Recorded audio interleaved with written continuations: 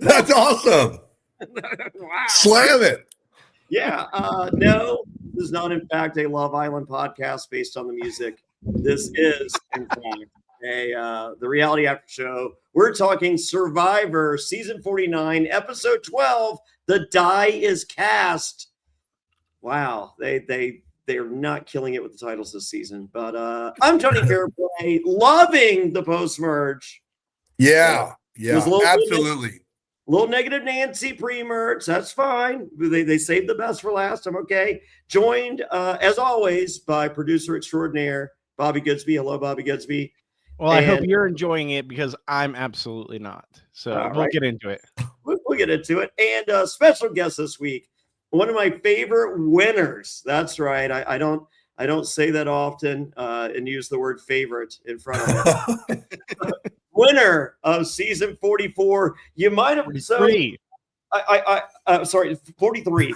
I knew I'd mess that up. I got confused because back in the day when you were on Survivor, we had the DVD cover and they picked like the top 6 players from that season and they put it in the box. So I was looking at my season 41, 42, 43, 44, 45, 46, 47, 48, 49, 50, all of my boxes to see who was on the cover, and the winner, Jeff Probst, was on the winner of all of those DVD boxes. So thank you. With a deep dive on the interwebs, I discovered that you were my favorite winner. Oh, that's awesome. Well, it's an honor to be here, man. I love that we've connected through Survivor, and I've just really enjoyed our friendship. It's been really fun. Gabler, you are so I cannot say how awesome you are on the air because you are literally one of the most dynamic, right back at you, man, thought-inducing people I've ever met. That literally we could never use the word Survivor in front of one another and literally talk for sure. Hours and hours and hours and hours. Absolutely, which is so cool, right? That's really cool. I think that's what's really amazing about Survivor and how it brings so many interesting people together who would have maybe never met. And you know, there's just such a I don't know, it just seems so familiar. Like a couple of years ago, King George, we met in LA at the Survivor. Yes, absolutely. At your party. And he ended up coming back to Boise with us for for 10 days. And it was hilarious because we threw it out to him in earnest because that's for the record, Gabler, it was 2 days. It felt like 10. Oh, my liver still has rings on it from somewhere. You counted? It was busy. King George, we had so much fun, but it was just like it's like so familiar, like people that we know. It's, you know, our Survivor community is so flat. Like everybody's a fan, and once in a while a fan gets to play. So it's not like there's giant shifts of people. Everybody's got interesting perspective and ideas on this, and that's why it's so fun. Because you can talk Survivor. Like I've gone to the fan events, right? And you're having high level conversations. You're like, that's an awesome point, you know. And they haven't been on the beach yet, but they've got the ideas. Yeah, no, it's funny because last week Bobby threw out the pitch and I was like, I'm just like, you know what? I had some time during that podcast to digest it. At the end, I was just like, I think I'm all in. And then I had a couple days after that to digest it. And I'm like, I'm super all in. Last week, unanimous vote against Sophie. Yeah. You're safe with that knowledge is power. The ultimate move in this game, right then, right there, use that idol on Sophie, vote out Savannah. Biggest move of the game, no contest. Are you saying it's too early? A lot of people are like, mate, that's too early, that's too early, that's too early, that's too early. Well, we saw tonight that it doesn't appear as though that was too early. It was not too early. Bobby, play your shit. Sorry, go ahead. It really was wild. I mean, it really was wild seeing it go down. I was surprised a couple times on how it went. I was wondering, I thought Steven had it. I thought Steven had it pretty well. but kudos to Rizzo and Savannah and Soph for being able to flip Sage and Christina, because I never saw that coming. I did not see that coming. For all the people that were coming for me last week in the comments saying it's too early to make that kind of move, why would you do that? That doesn't make sense. You're an idiot. You wouldn't be good at Survivor. Hello, people. I might not be good at Survivor. We don't know. I've never played. But here's the thing. I understand it's early in the game, but if you make that move and you use, it's in a unanimous vote, all going towards Sophie. Yeah. You use your knowledge as power. Sure. The strongest way you possibly can, where you're the sole vote to send someone home. And it's one of the two strongest players. It could have been Rizzo. It could have been Savannah. You steal Rizzo's idol. You take him out. That's a huge move. You steal Rizzo's idol, take out his number one ally and the biggest threat in the game in Savannah. It's a huge move.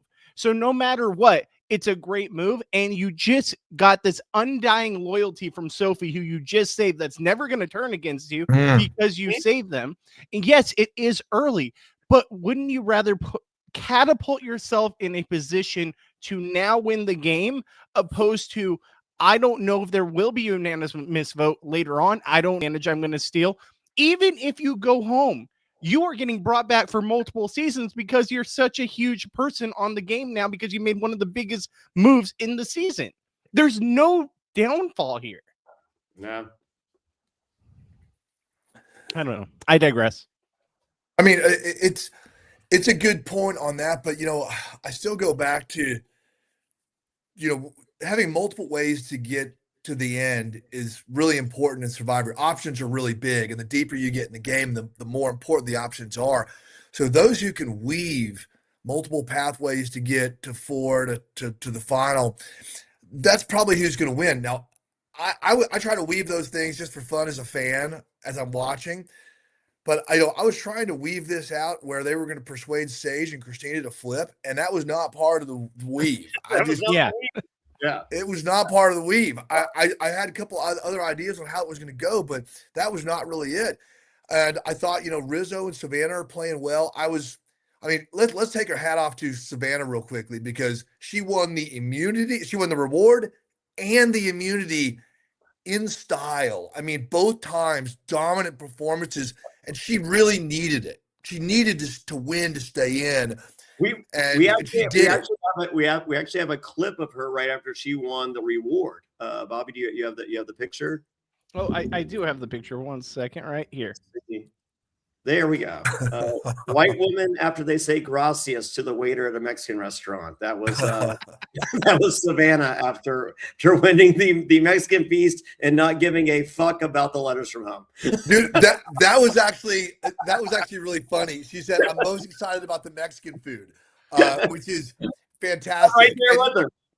And it's interesting. I thought it was really cool how they kept it in the edit, how that Jeff must have been asking her how she was feeling, and she was having a really hard time on day 22. And for being out there a long time, you know that there's ebbs and flows to starvation pain, and it must have been just crushing her that day. And she goes and wins back-to-back same day challenges. That's really cool. I thought it was really. I love. That's why Survivor's so awesome. You never know who's going to land that beanbag or whatever, but. And we had that same challenge on 43, and Noelle Lambert was the one, the Paralympian.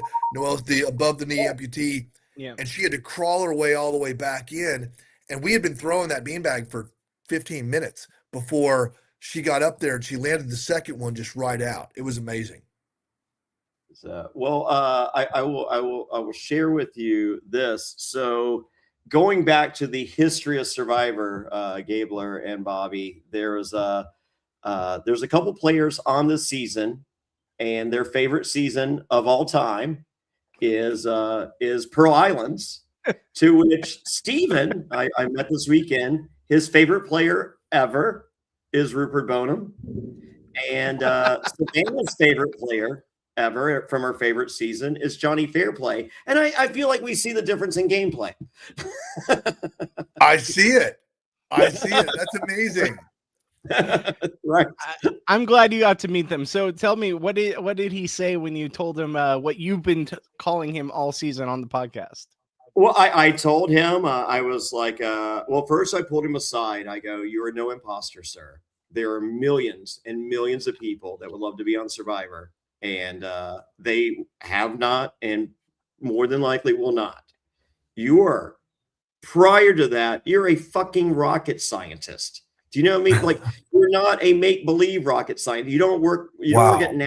You don't work at NASA with a little N. It's all caps. Okay. So you never were an imposter, but you're especially not now. And in the history of the show, there are very, very few people that have an entire episode dedicated to them, and you did.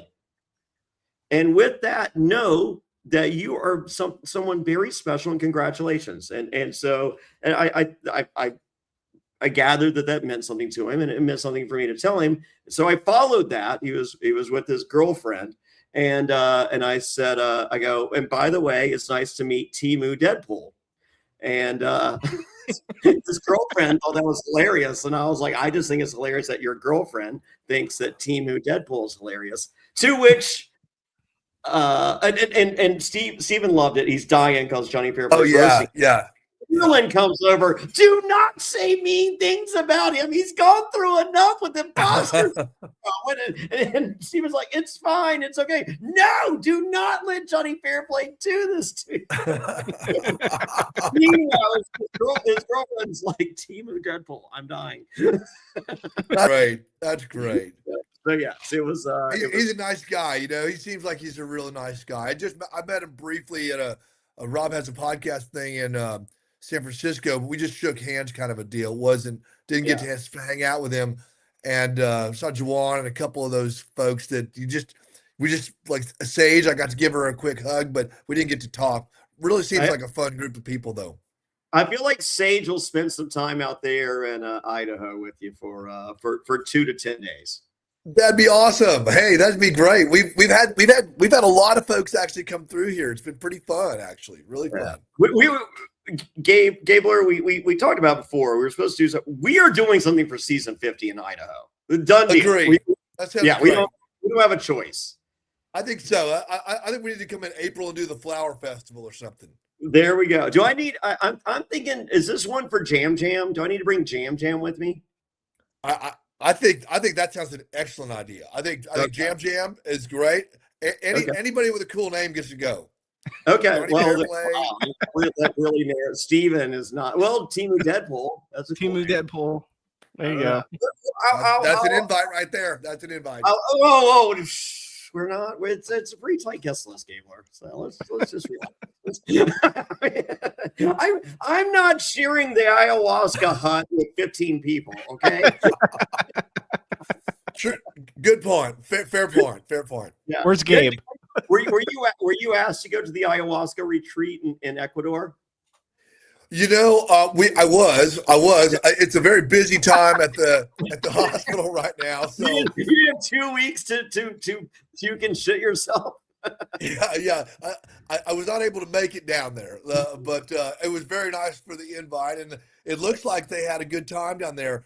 I saw Kendra doing some climbing. They were like 16,000 feet or something. It was like all the air was gone. They were going up the hill. It was pretty cool.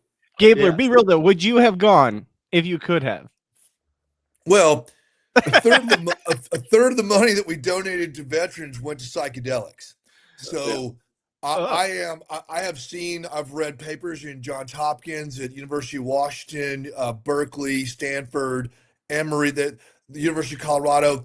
There's a lot of data out there now showing really important things being done with psychedelics, and I'm not even talking about recreationally. I'm just talking about, there's a lot of basically psychedelics are to the psychologist what a stethoscope was to a doctor or a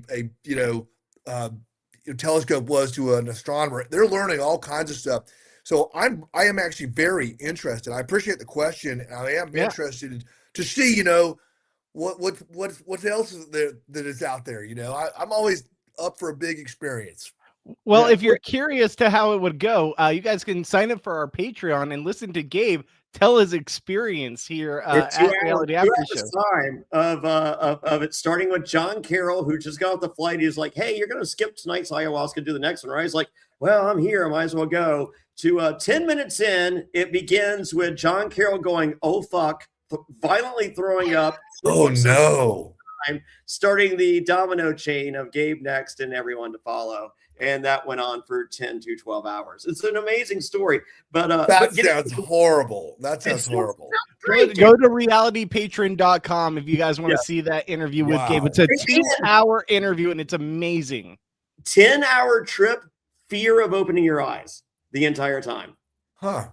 Sitting in silence. Like this is all like if you're telling me what purgatory is, this is it. Yeah. It sounds pretty bad. It sounds a little claustrophobic to me. Yeah. And he said every problem he's ever had in his entire life, like literally jumped from the recess of his mind, just one after another for like 8 hours straight. So did he feel better afterwards? He loved it. He thought it was the coolest thing ever. Yeah. He would do it again. That's what's amazing, right? There seems to be some kind of, it's a catalyst for some kind of change. And it seems like it's a positive change. I don't know what that is exactly, but I have been studying this and reading a lot about it ever since, because, in fact, there's a movie out on Netflix right now called Waves and War. It's called Waves and War. It's by Veterans Exploring Treatment Solutions. It's one of the groups we gave a donation to. And they're doing amazing things for veterans using ibogaine, which is like if ayahuasca is here, ibogaine is like 5 times above the ceiling. No, don't tell Gabe. Oh, wow. This one you need to have an interventional radiologist present. Well, it's called a shaman, and 2 shamans. There's 2 shamans, one for this life and one for the afterlife that you'll dance back and forth. No, but that movie is really amazing. It's free on Netflix. It just came out. Netflix is $22 a month, Gabler. I mean, not all of us won Survivor. Everyone has an extra $22 laying around, don't they? Oh, unless they said nice. Dude, Jonny Fairplay is one of the funniest people on the planet. I'll just say that. There's something about you that just cracks me up, man. Tonight I'm off. So I did meet Ron White 3 weeks ago here in Danville. He did Caesars, Virginia, and I met him that afternoon. And so he's when he's out there doing the comedy, he has the bourbon glass, the bourbon rocks glass. It's sweet tea. He's on ayahuasca now. He's living in Austin, and he's alcohol free. That's amazing. Yeah, and he's down to like 140 pounds and a healthy 140. That's amazing. I mean, there's all kinds of stuff that they're learning right now. And hey, let's just study it, figure it out. I mean, it seems like it's helping a lot of people. So if that's happening, let's keep it going. I think that makes sense, right? I have never heard of anyone dying on mushrooms ever in the history of mushrooms. That's nor have I, and I have a history of that. So yes, yeah. So there you go. All right, let's talk. Real quick, let's just say if you want to hear the full version of that, realitypatron.com, our interview with Gabe about his ayahuasca trip, because very in depth. Not this Gabler. There's a Gabe. Yes, Gabe from Survivor 47. My favorite New Era player, Gabe. Lure. Shots fired. But you're my favorite winner, so it's okay. We don't have you every week. If I don't have some kind of alliance, it all falls apart. It does make sense. Always thinking. That's I'm hiding in plain sight, Gabler. See, I'm wearing camo. I'm wearing camo. See. By the way, Gabler, I have to say, I won a lot of money because you won Survivor. So thank you so much, sir. Yeah, how much did fist bump, buddy? Fist bump. There we go. How much did you donate, Bobby? Huh? How much did you donate? $0. Not that I wouldn't, but I financially can't afford to do that. Well, I just feel that's kind of weak with Gabe. Gotta get this podcast numbers up, Johnny, and give me some more money from you, and then we can talk. All right, well, let's get to the episode. It's 9:21. Steven says that's the perfect blind side. Steven is now running the game. He has pretty much won. So we could stop watching the episode right now. Steven Seems wins. like it. Seems like it. Still in season 49. We're done, right? Seems like it. Yep. Okay. All right. Well, Sophie wants to be either Sophie or the real Sophie. She's good with either one of those. She's done with the Soph bullshit. So did you hear the explanation from Sophie? They were just like, can we just be blue? So and they're and Probst is like, no, we're not doing the color bullshit. And then it's like, okay, well, let's just go by our last names. Like we both have cool last names. And someone, they would not out the person, but someone was like, I don't know if I could pronounce that. And Probst is like, then fuck all this. You're Sophie. You're Sophie. No, that's how it I don't happened. doubt it. I don't doubt it one bit. That kind of sucks. Well, it would be funny. I mean, Jeff's not going to be, he's all business. He's all business out there, and I get it. Figure out the last name. Well, I mean, for me, my personal opinion, it's easier to use the colors than anything else. In fact, I refer to them as yellow and blue Sophie. That's how I in my refer house. to them as purple and blue Sophie. Oh, okay, yes. I was calling them those two, but I knew who they were for. I knew who they were from Purple and Blue Sophie. I don't know if Purple Sophie knew at the time she was Purple Sophie, because based on post exit interviews, she was not happy about being Purple Sophie at all. Yeah, right. Yeah. But she's that was so wild how it turned 180 twice in the middle of Tribal, where the highs and lows, right? Like you're Steven on the back row, just knowing that you outfit your bones, you outfoxed him. Steven's like, I got them. He used the coyote. He painted on the side of the brick, on the side of the canyon wall, a road, and he was like, these idiots are going to run into it. And then they run through it, and he was just like, I painted it. So he's like, watch this. I'm going to run as fast as I can into this fake road. Into the tunnel, but now it's a brick. Now it's a brick. Now it's a Canyon Rock face. Like we literally saw that during Tribal tonight. That's amazing. It really was. And it just shows you, the highs and lows. Because, it's a relatively short time, right? I mean, it's a month. It's around the period, maybe a little longer, a little less, but it's a little less, Gabler. It's a long enough time where, like people are crying. You're like, why are they crying? Why are they so much happens in those short days. They're very long. A day is a week, right? Like, did you see the movie The Jerk many years ago? Yeah, that's one of my favorite movies. Okay. I Hermes. Okay, I'm sure that most people don't know that movie, but there's a funny bit in there where he's trying to encapsulate time and communicate with his fiance. And remember, he's like, yesterday was like 3 days, but the day before that was like a week. But the day, that's what Survivor's like, man. You're out there for one day, and you're like, it's like 7 o'clock at night. The sun's going down. And you're like, oh my God, I'm in the same day. And it's already like happened. Like you've gone full circle, like a washing machine 5 times in the same day. And you're like, you're not even done yet. And that's what's so amazing about me. That's emotionally why people are so raw out there, I think, because like tonight, there's a lot of people crying. And I'm like, you have to think about the context, and the context is pretty wild when you think about it. Well, I feel like a week with Bernadette Peters would feel like a year.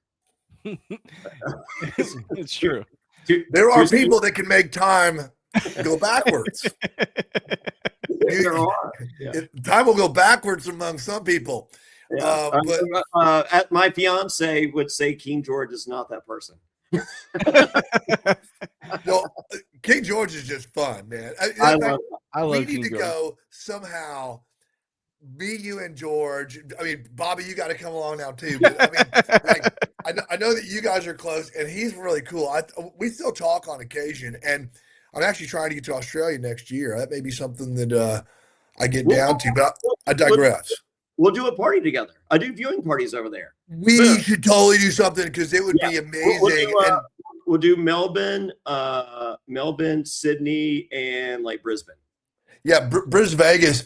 So my wife and I lived in Australia in the late 90s, and we lived at Burleigh Heads on the Gold Coast, just south of Brisbane, Vegas. There was a train that went up to Brisbane, and actually a little bit north of there, funny story, true story, we went and found Steve Irwin because he was just getting to be famous, like in the 90s, right? The Discovery Channel was just starting to film him.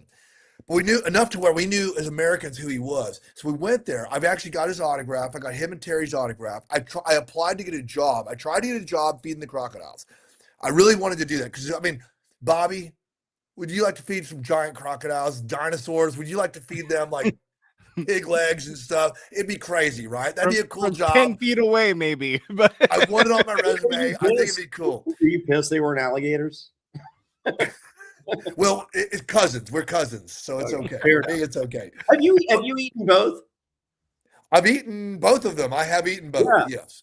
So alligator is more like steaky. It's more like chicken, but like it's more mammally. And crocodile has bones like a fish.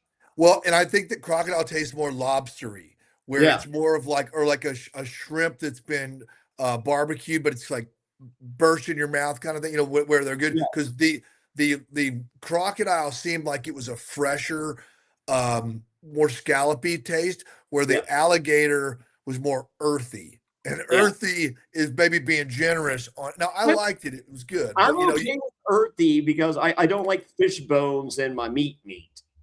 Well, they did take the crocodile. The crocodile's not bonier than an alligator. They're actually depending on alligator bones are more kind of like chicken bones, and the crocodile bones are more like fish bones. They're thinner. Sure, but they're bigger. They're also like some of the crocodiles that we saw when we were down there. There's a crocodile called Akko. I believe it's still alive. I think it's like 100 years old. The thing's 20 feet long and weighs 2,500 pounds. And what's wild is its back comes up to like here. Like it's a massive. It's so big, and they would walk out with like a chicken's leg and beat the side of the shore, and the vibrations go to those little nodes in the beak of the crocodile, and it starts coming up at it. And that thing they knew where it was, and it would launch out of the water. They knew because they were standing in the right places and all. That's why they wouldn't hire me, because they're like, unless you grew up with these things, you're going to be feeding the crocodiles yourself. So I was declined immediately, despite my enthusiasm.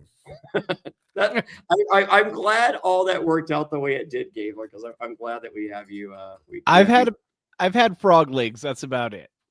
Frog legs, yeah, I've had them as well. They're I've good. A lot of things. Frog legs are good.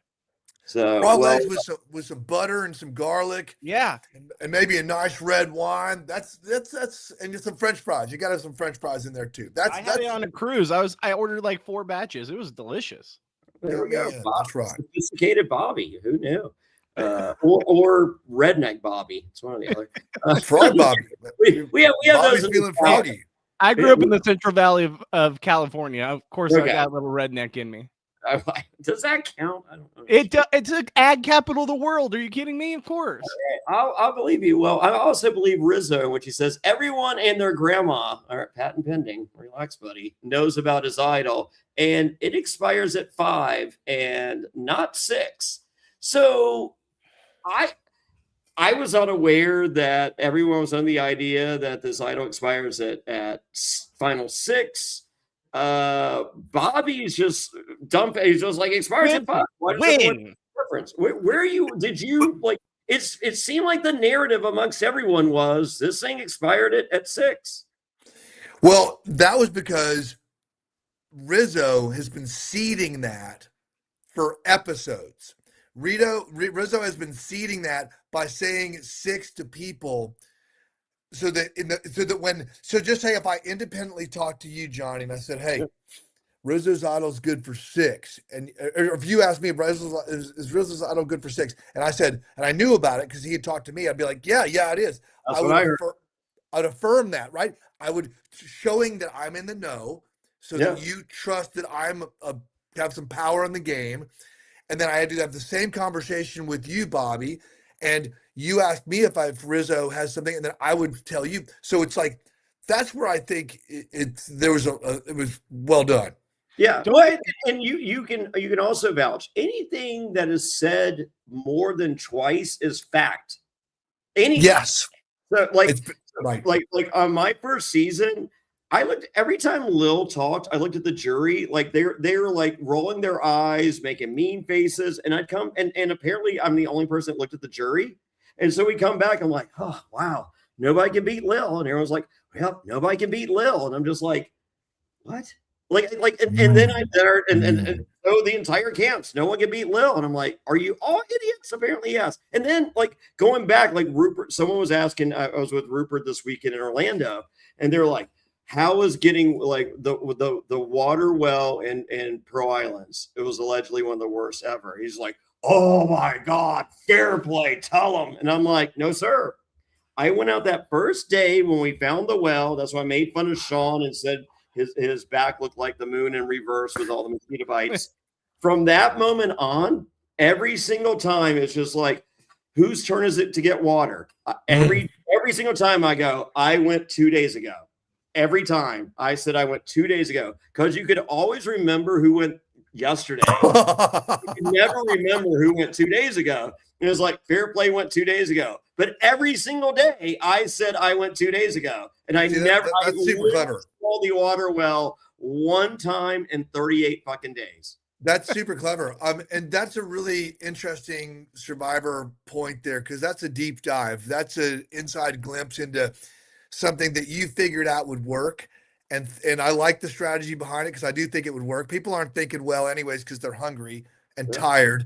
And they'll think back a day, because everybody remembers the last one, but you don't remember the time before or two, and you don't care. You're like, I just remember it was yesterday. Well, no, because if you went 2 days ago, you're like, did I go 2 days ago or 3 days ago? I felt like I went 2 days ago. It must have been 3, because Fairplay said he went 2, and I didn't go with him.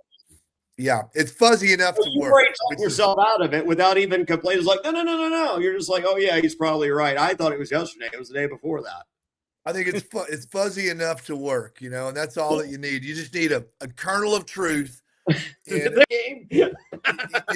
because like Bobby, if you're going to if you're trying to make the move on something, if you have a kernel of truth that they know is true, like there's something that you tell Sage or Sage tells you or whatever that is true, and then they lead it with some kind of exaggeration persuasion move, it sets you up, because you lower your guard when you receive trust. It's like, okay, that I know that's right, guard down, and then they kind of sneak a little extra special sauce in there, and that will kind of, you'll start to chew on that a bit until that idea starts to infect what you're doing. I believe it. Now, the thing I can't get over with the whole Rizzo thing, and I'm going to steal a line from RHAP. Since when does an idol ever end at 6? Like, when does that ever been a thing? It's always 5. They get into existence. I'm sorry. If one person's telling you 5 or 6, then that person's telling you that for a reason. Why don't you ask to look at the parchment? But I also feel this is kind of backed by Steven Steele, because his was good till 6. So it's like, hey, I thought Rizzo's would have expired at 5, but Steven Steele expired at 6, so his must expire at 6 too. By process. Absolutely, that is probably not coincidence, because Jeff and team are so good at figuring out every obscure ripple of the game. Like tonight, we saw tonight there was a idols from amulets expire at 6, but this wasn't from an amulet, and there was other people there to back that up. Maybe he said he got it from an amulet. But it's within the realm of possibility, because the producers can change it up, and and if he's been good enough to be, Rizzo's been good enough to be seeding this for episodes, it makes sense, because I seeded the dead grandma lie day 2. Like they come there like Rupert was telling a fan, it's just like, day 2, this asshole's like, my grandma's supposed to come, but my dickhead friend's gonna come if she doesn't. So pray for these assholes were praying for his grandma day 2. That's the kind of deep play that I really enjoy as a fan, right? As a Survivor fan, I like to see a lot of these clever, slow burns, because whenever there's something that happens, I, I think that most of the mistakes that are made are done by players that don't have the patience to see through a seeding, harvesting, and then, aggressively using series of tools that are set up in a long play. Because, when you're talking about the grandma, we're talking about Rizzo just now, or, going back where you're just getting people to start thinking a certain way. That's really where Survivor for me is exciting. And that's where I like to see the strategy go. Don't get me wrong. I think that Rizzo should get all the credit because Rizzo has been working this angle for so long that is like next level gameplay when you're Very not much having to so. worry about it now, but you're going to have to worry about it in the future. So I need to caress those emotions and those thoughts about my idol long term and make sure that it's consistent long term, that I know when I do use it, those people will know that I'm telling the truth, even if I'm lying. That's amazing gameplay. It's amazing gameplay, and it's something that he's been thinking about and he's been talking to. He made this happen out of thin air, and the fact that he's been able to hold on to his idol so long is insane. It's on brand with Yule. I'll say It's that. insane. It's insane. That no one in the history of Survivor has mastered idol usage as good as Riz. This episode, I'll give him Riz God. I have not until this episode, but I have never seen anyone with more mastery of the idol than Yule than Riz God. But even Yule had a super idol, so like Rizzo just has a basic run of the mill idol. Good point, Bobby. Good point, Bobby. And Witch caught Cowboy to explain how to use it. Yeah. But there's also that. Really as great as really Yule did a was, great job of it. Explain, hey, you know how you could just fuck everyone with this? It's like credit cards. Can we be real though? Like, as much as I love these people in this cast, and I'm sure they're wonderful people, they're probably amazing people on the outside. Some of the worst gameplay I've ever seen. Ever seen before we went live. If Rizzo had played his idol tonight, this would have been the worst gameplay by multiple players in a single episode in the history of Survivor ever. You fucked up. You fucked up. You fucked up. You fucked up. You fucked up. You fucked up. Savannah, here's a win. Yeah. I'm looking at it. I've got some notes and things from tonight. It's very interesting at the sanctuary, the conversations that were being had. It was kind of an odd conversation. And then back at the other camp, the main camp, those conversations were odd too. It's like I'm like, I don't know that you want to say these things out loud to everybody. Like when Savannah picked, rightly so. I thought her choices were good. They worked swimmingly for Savannah. Yeah, right. It worked out perfectly. So you can't argue with that.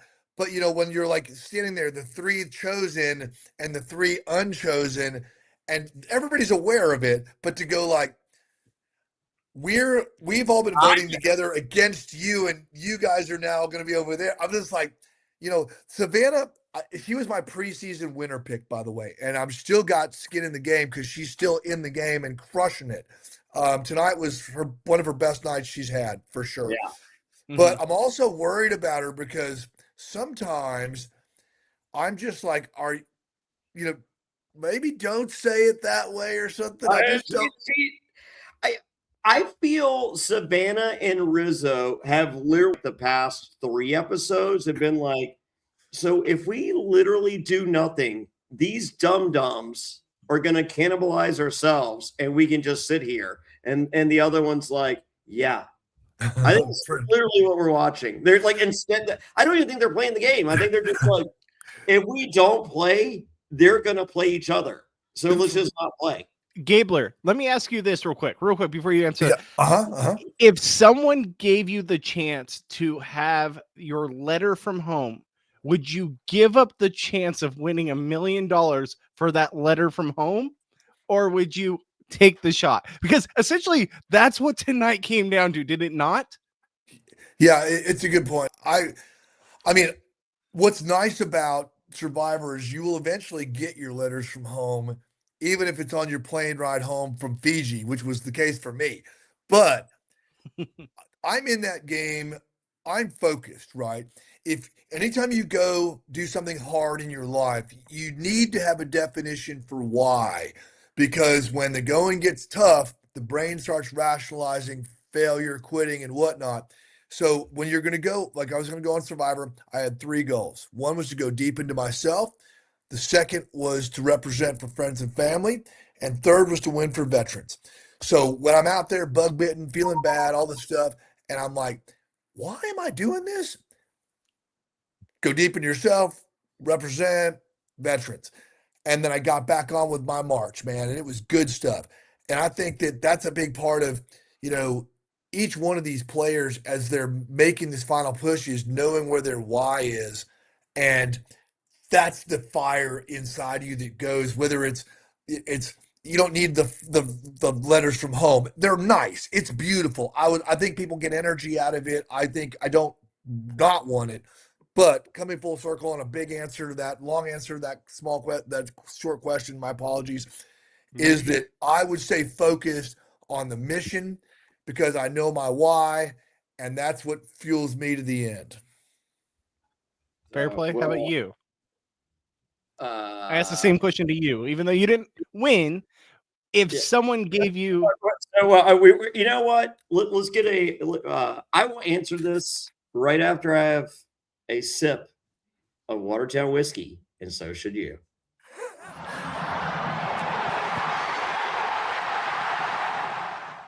Watertown whiskey, guess what? Philadelphia Eagles back to back. Here we go, Super Bowl champions.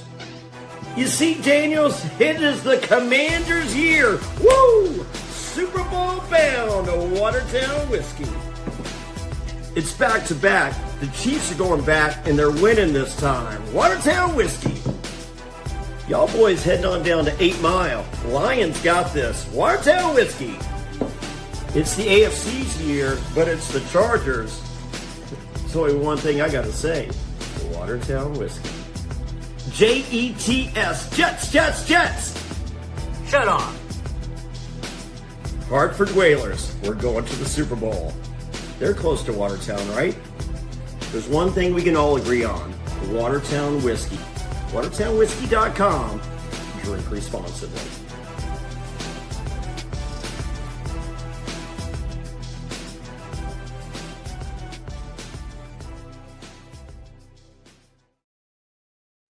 Gabler, you got some Watertown whiskey from Mikey B, haven't you?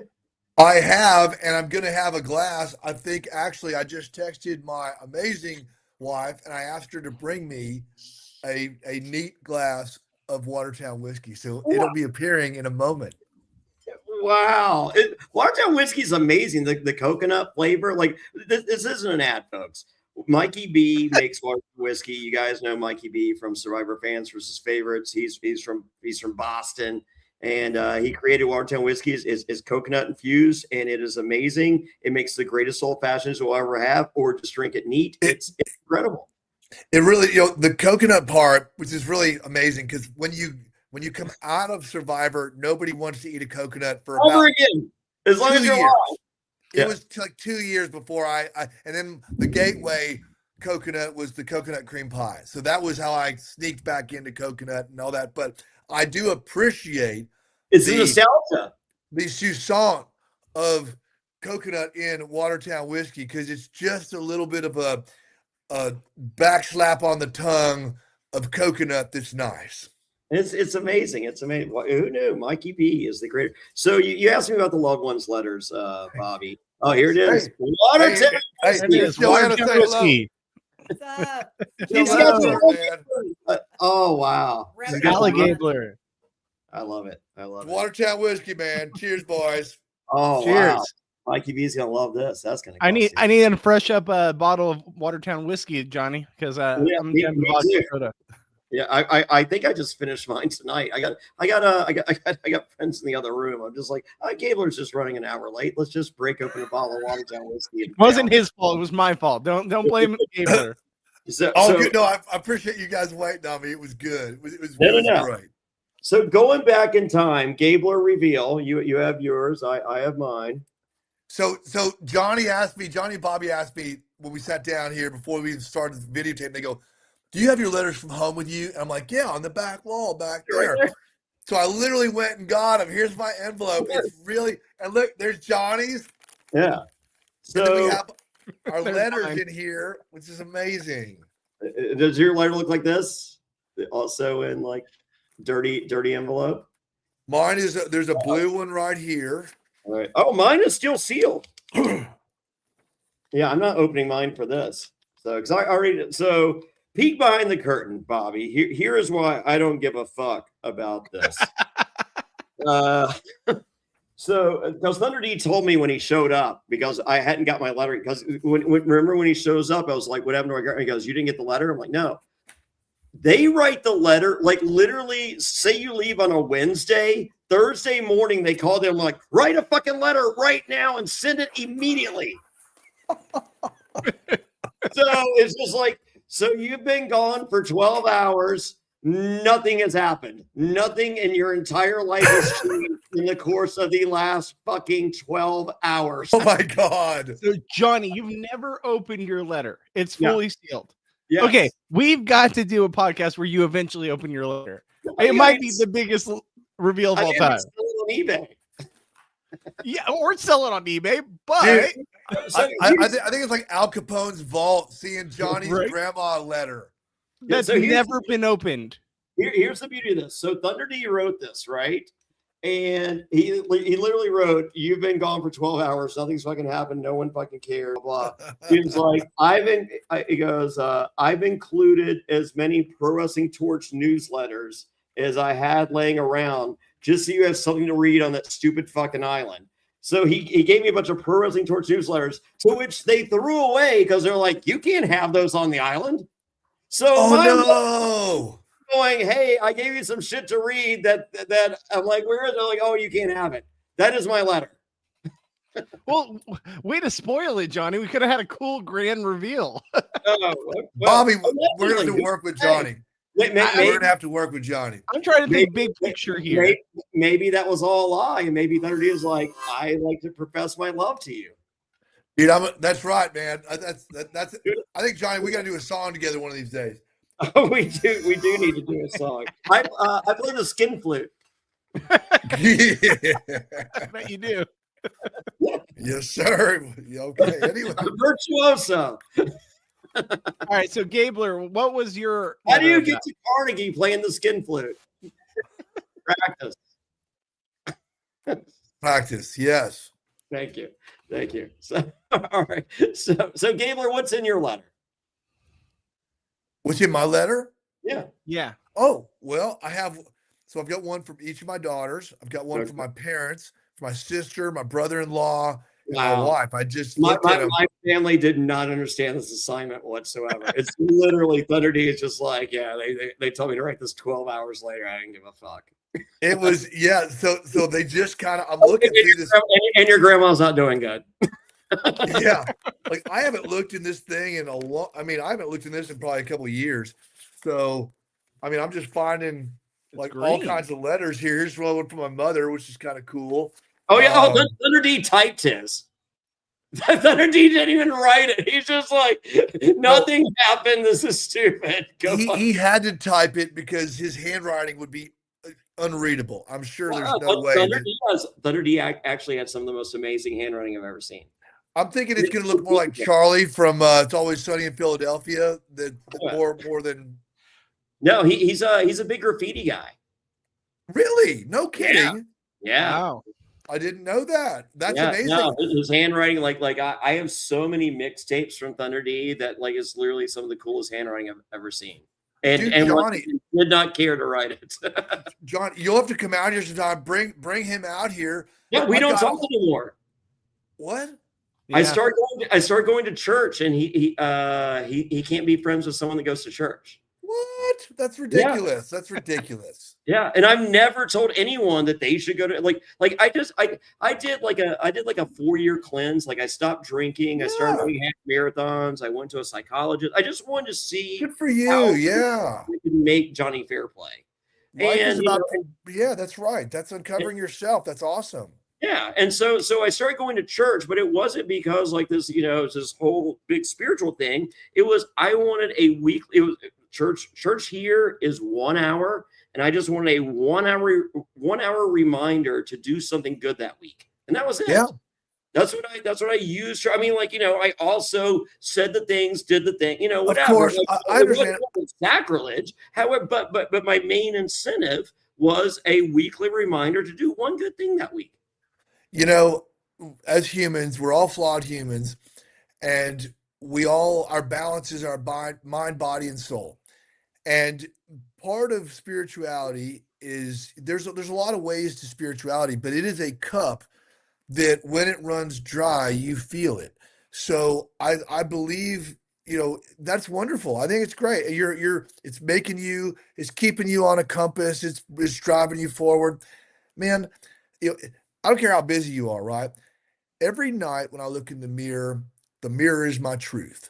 I check myself. I check my baggage. Was I a good husband, brother, father, son today, colleague, whatever? When I'm deficient, I take account right there, and I check it. I sleep like a baby. In the morning, the mirror is my hope. I remember those things from the night before, and I implement them in ways to make me a better man the next day. It's progress, it's baby steps, it's fallbacks, but at the end of the day, you are what you do more than what you say you are. So if you say you're going to help people, then you help them. If you say you're going to do hard things, you do them. Yeah. And it begins every night and every morning. I believe that's a good way. So I digress you're talking about your spirituality. I didn't mean to go on that long, but I think it's a real important part of who you are, Johnny. I think and Bobby and everybody listening, knowing who yourself is really important, because it's the voice you hear more than any other in your entire life. So be sure that voice is positive and gives you some grace too. Yeah. So me and Leonard are no longer friends, and that sucks. So I wish him the best, and maybe one day down the road our paths will cross, and if not, it's okay. So, but as I said, I still wish him, his family, all of our individual and collective friends. But I just needed to do that for myself, and I right now I'm the happiest I've ever been in my entire life. I love it, and I don't think I would be without that 4-year voyage. Yeah. Part of becoming who you truly deserve to be is sometimes saying some goodbyes. They may not be permanent goodbyes. They may not be permanent. Hopefully things will work itself out and people grow. And hey, man, life is short. Life is now. You got to live it. So there's no reason for small, ridiculous arguments. Truly, if you just got to get over it, have some fun with the people that like you and you like them, and that's what life's about. I mean, if you really think about it, what's a bigger mystery? Johnny's letter from Thunder D that has not been opened for 20 plus years, or the missing Jenna Lewis tape from season 1 from her loved one's tape that was supposed to be sent in? What's worth more money? I feel they're pretty comparable. I don't know. The Jenna Lewis thing was pretty big, and I'm excited to see maybe on 50. That's when I started coming up with the dead grandma lie was her not getting that tape from home. Really? Yeah, because that like right there. So I had never seen Survivor when I was cast. I just like the Real World, and they're just like, why do you like the Real World more? I was like, because I want to have a 3-way and a hot tub, and they're like, all right, that argument. I haven't watched Survivor, but I heard there were no 3-ways and hot tubs, and those sound amazing to me. So I'm watching. I'm just like, what do you think? And I'm like, there you go. They're like, so what do you think of Survivor so far? I was like, this sucks. There's no 3-ways and hot tubs. That's Johnny. Struck no evil. I love that. That's actually great. That was me watching Survivor, Gabler. So, but I got to the loved ones episode, and I'm crying like a baby, and I'm just like, how can I use this to my advantage? Because I'm not a nice person, and this made me cry. So I just kept trying to figure out a way, and then once I got to Amazon, when everyone lost to the end of the food auction, so Jenna Maraska get the letter from home. That's when I came up with the dead grandma lie for the loved ones challenge. Really? Yeah. I think it's I think it's so well, it's very iconic. There's no doubt about it, right? It's a fact. If you like Survivor, you've seen the episode. Yeah. That's part of Survivor lore, which I think is really funny. I think it's great. I love Survivor. It's my favorite show. So for me, you know, I Love like. Love Island. Did you hear the theme music? What's that? I like Love Island. Did you hear the How theme dare music? you, Johnny? I spent a lot of time on that intro.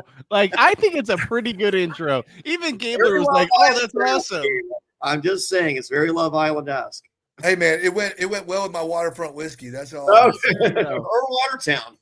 Either one. Too much of it. Too much of it will make you forget the name. That's right. Hey, if we could get Love Island numbers, I'll be a happy camper. So, yeah. All right, Well, let's get back.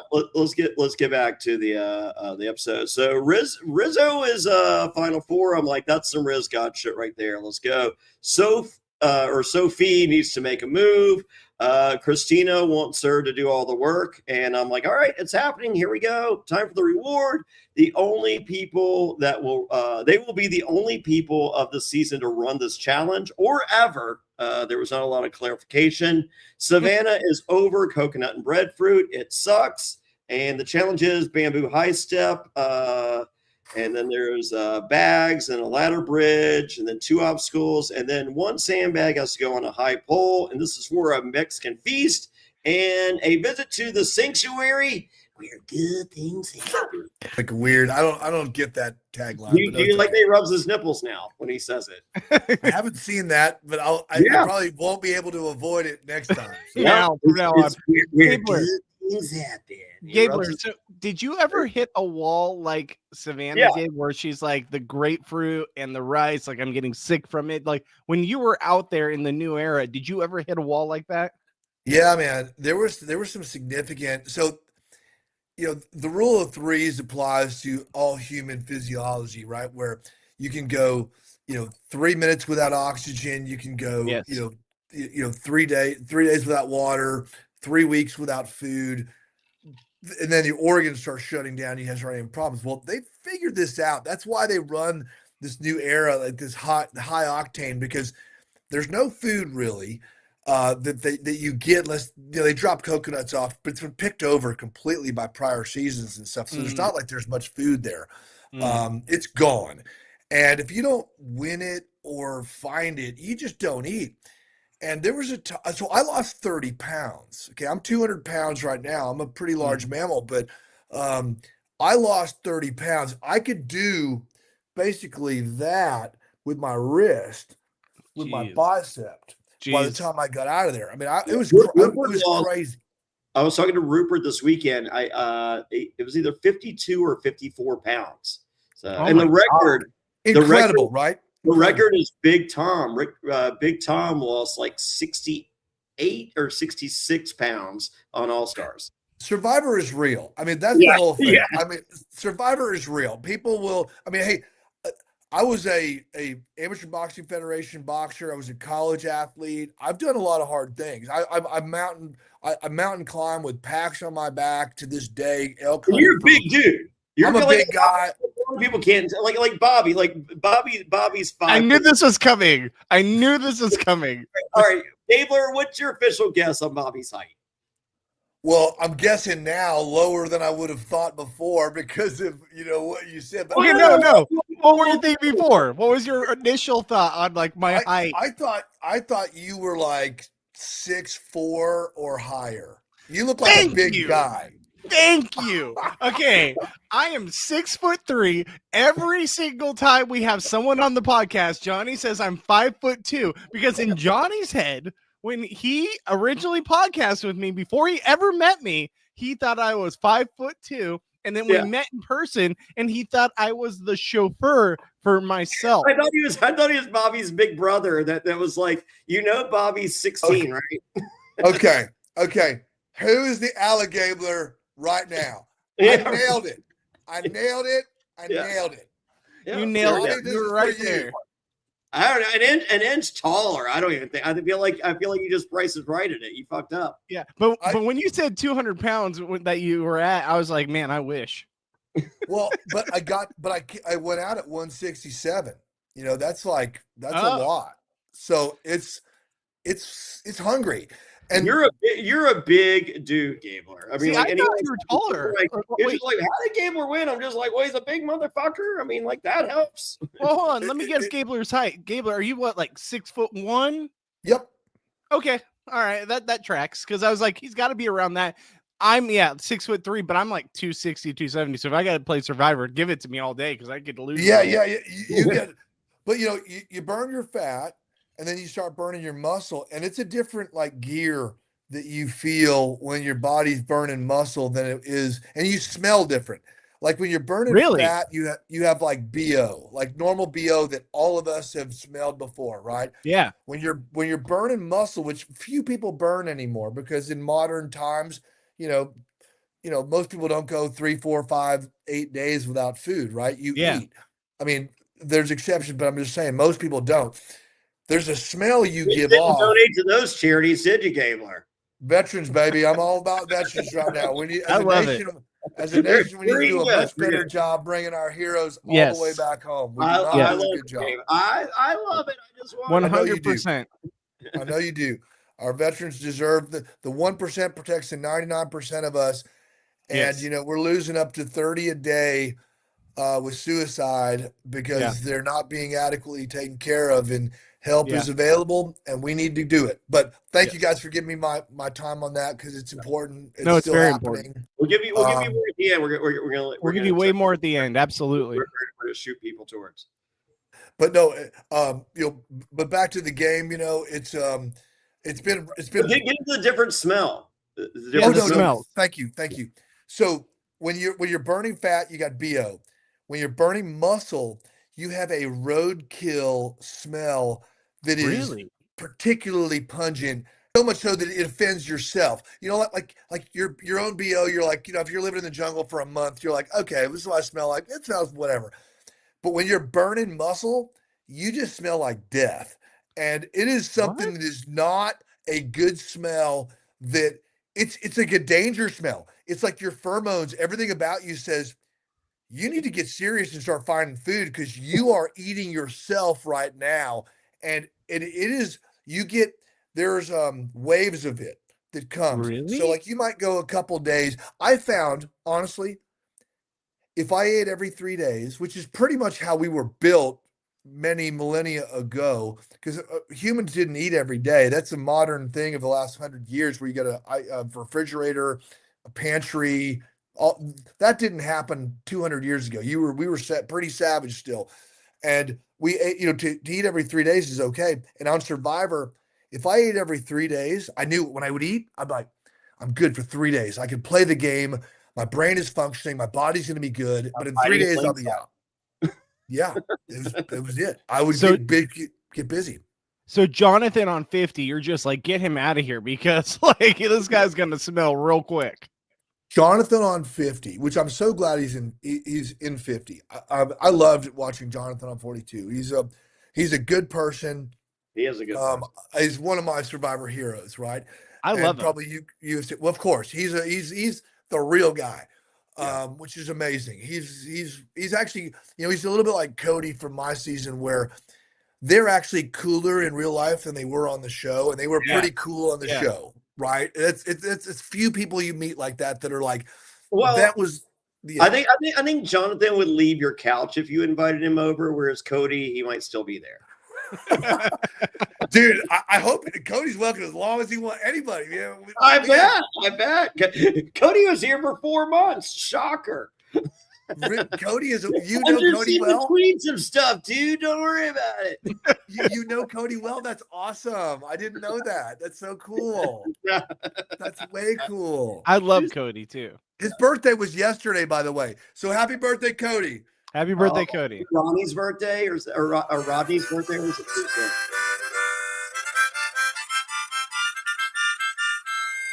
There we go. Happy Love birthday. It's my birthday. You can't vote me out.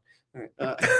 That means you're going out on your birthday. So yeah. Gabler, can I ask you this? So we got like the smell portion of it, but like those snakes with Jake early in the season, How prominent are they? You were out there more recently than anyone, on this podcast, obviously. Well, he was playing with them on Cook Islands. Let me tell you, for fans real, we saw them all the time. We thought just like everybody else would they were like, oh, they just don't bite you. They don't have a mouth that can do that, whatever. So interestingly enough, when we made it to Final Five, they moved us to a new island.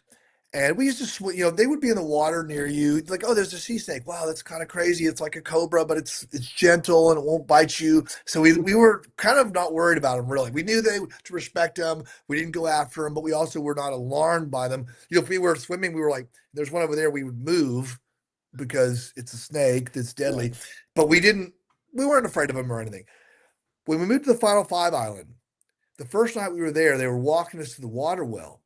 And we were behind the camera crew, which has a sound guy, a lady who was Fijian. And I just remember this because she was really, she's a beautiful woman. She was beautiful. And the camera guy was a California guy. And we could tell, because you're not allowed to talk to the camera people. You can't talk to them. You're not allowed to. Survivor's very true with that. I could tell, especially 24 or 5 days in, I was reading people like the Matrix. I could see that he was sweet on her. It was so obvious. It was so obvious, right? Because she was beautiful. She was beautiful. And so we were walking down this path and he turns, God was watching out for us. All of a sudden he turns on the light to the camera on the trail we're walking on. There is a giant sea snake on the trail, and it's about that big around. So it's fat, and it's probably 4 feet long, maybe longer. I don't know. Right when we turned it on, it's right there, which we were like, oh my God. And I'm used to catching snakes in Texas. I've caught rattlesnakes, water moccasins. I've caught them all. I've caught all the snakes. And I'm like, these guys move very slowly. I could catch one of these too. But I'm like, hey, just stand back. He's going to go. And the snake did wind up going up, but the guy was so scared. So what do I do? We're deep in the game now. The finale's like in 2 days. So I find a stick. I reach over and I find a stick, and we're walking to the water well. And this guy's walking. He's an African-American guy from LA. He doesn't know much. So the snake freaked him out. He's freaked out as can be. There's the mic person out, and there's this beautiful Fijian woman who also works as part of the crew. She's a part of the crew, but he's trying to be really cool guy to her. So I grab the stick and I reach over in the dark, and I reach over and I whack the back of his calf. The dude squeals, jumps. At least, I swear to God, 5 feet in the air. 5 feet in the air, like a cartoon. He's like, whoa! And then I was dying laughing. We're not supposed to talk to the crew or anything, but at this point, I'm just punchy. I haven't eaten in a long time. I'm feeling weird. I smell like roadkill. And I just couldn't help it, man. That's that's a new story out there. I don't know. I love it. I love it so much. So is it real quick? Just it's a proven thing that you are not allowed to go in the water at night because of the snakes, correct? Because of the ocean. Currents in the ocean, sharks come out at night. They come to the shore. They want multiple cameras. Like out there at night, there's usually just like one camera out there. If you're gonna die, they want like 8 cameras on you. They want 8 cameras on you. That's part of it. But if you get lost in the current, in the deep Pacific Ocean, there are sharks out there longer than the 3 of us put together, and you could be just floating around and something just gives I don't know, I'm gonna take a test bite on this, and you're cut in half. There's jellyfish, there's currents, and once you get out in the Pacific, man, I've read a lot of World War II books. There's a bunch of books on the back there, a lot of military history stuff about getting shot down in the Pacific. It ain't good. Your chances are bad. Yeah. So, Johnny, what were you gonna say? I did. I filmed celebrity bull riding after my first or second. Did you do that? I won that. I won celebrity bull riding. Yeah, that's my For next. real? Yeah, You won that? Yeah, Did he win the bull riding contest? Ty Murray is the godfather of my oldest daughter. That is one of the coolest things I've ever heard, and I mean that. That is a title that I want. I want to have that title. It was crazy. So it was me, Vanilla Ice, Stephen Baldwin, Rocket Are you Ishmael, kidding? Nitro from American Gladiators, Leif Garrett, Francesco Quinn, Anthony Quinn's son from Apocalypse Now. Where did you? I know. We filmed in Stephenville, Texas for 12 days, and then we did a PBR event in Nashville, and no one got. So the show was set up for it. We pretty much set it up for Rocket Ishmael to win because he was like the best rider, but like everyone pretty much figured out on the second buck how to get off safely, and I never did. I ended up riding 11 bulls, and I got 8 for 8 seconds just because I didn't know how to let go. I'm just like, hopefully the horn's going to sound at 8. He's going to. Oh my God. We had him. That never happened. But anyway, so we get to Nashville, and we had bulls that they kind of had a pattern. And so Rocket's bull did the exact opposite of anything he had ever done in Stephenville. And so Rocket got like 2 seconds, and then everyone else goes, they don't get anything. Just not 8. Yeah. And it's down. I'm the last person. I'm a big PBR fan. I go to Vegas to see the PBR. Yeah. And Ty Murray is just like, God damn it, Fairplay. If I could pick anyone fucking else to beat for this to fucking ride on, it would be anyone but you. Wow. But don't fucking let me. And so I go. You did that. It's amazing. And my bull did the exact opposite of what he normally does. But once again, I ain't in a hurry to get. So so they said my time was 7.9, but they had the challenge button. So I walk over to the challenge button. I give it the middle finger. I broke my hand punching the challenge button, and then they reviewed it. I got 8.1 seconds. I won the show. That is seriously extremely badass. I respect that, dude. I think that is one of the coolest stories. I like big experiences. And yes. I think, and I like funny stories, and that's both. That's actually both, and it must have been hard also, and a little dangerous. And it's something that, would I do that? Yes, especially if I'm drinking some Watertown whiskey, baby. But so everyone had a medical hurt except Stephen Baldwin, broken collarbone, Francesco Quinn, broken collarbone, 3 fractured ribs, 3 cracked ribs, Cowboy Kenny Bartram from Motocross Ice Games, severe ligament damage in his wrist, Vanilla Ice, his knee got fucked. Everyone got severe groin deal with Nitro American groin injuries. Yeah, a lot of groin injuries. So anyway, I'm the only one that didn't get hurt. However, like on the last day that we're in Stephenville, so we're about to finish up to do this press stuff, and we go to a hotel because we're all bunking up on Ty's ranch, and so we go to this hotel. So I go take a shower, I get out. There's a full length mirror. I look down. We're bunked up, so I haven't been looking at my dick. So I get some alone time. I look down. The bottom half of my dick is like burgundy. I'm like, what the fuck is this? And and I'm married at the time.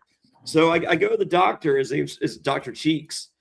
I go, Dr. Cheeks. I was just like, I'm not one to ask for. I know, it's me. I'm like, I'm not one to ask for medical advice or however, I'm smart when I need to be smart, as we all should be.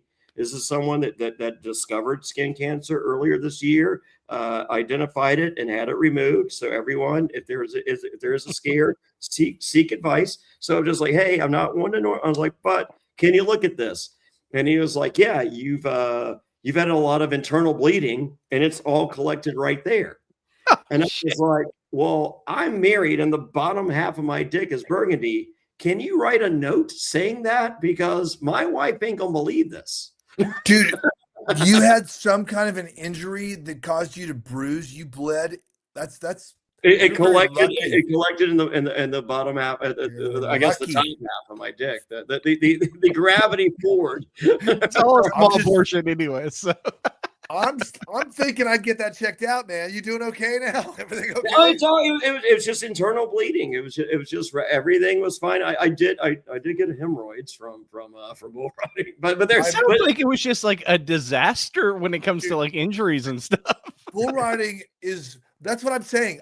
Earlier when I was saying like that is one of the most badass titles to have.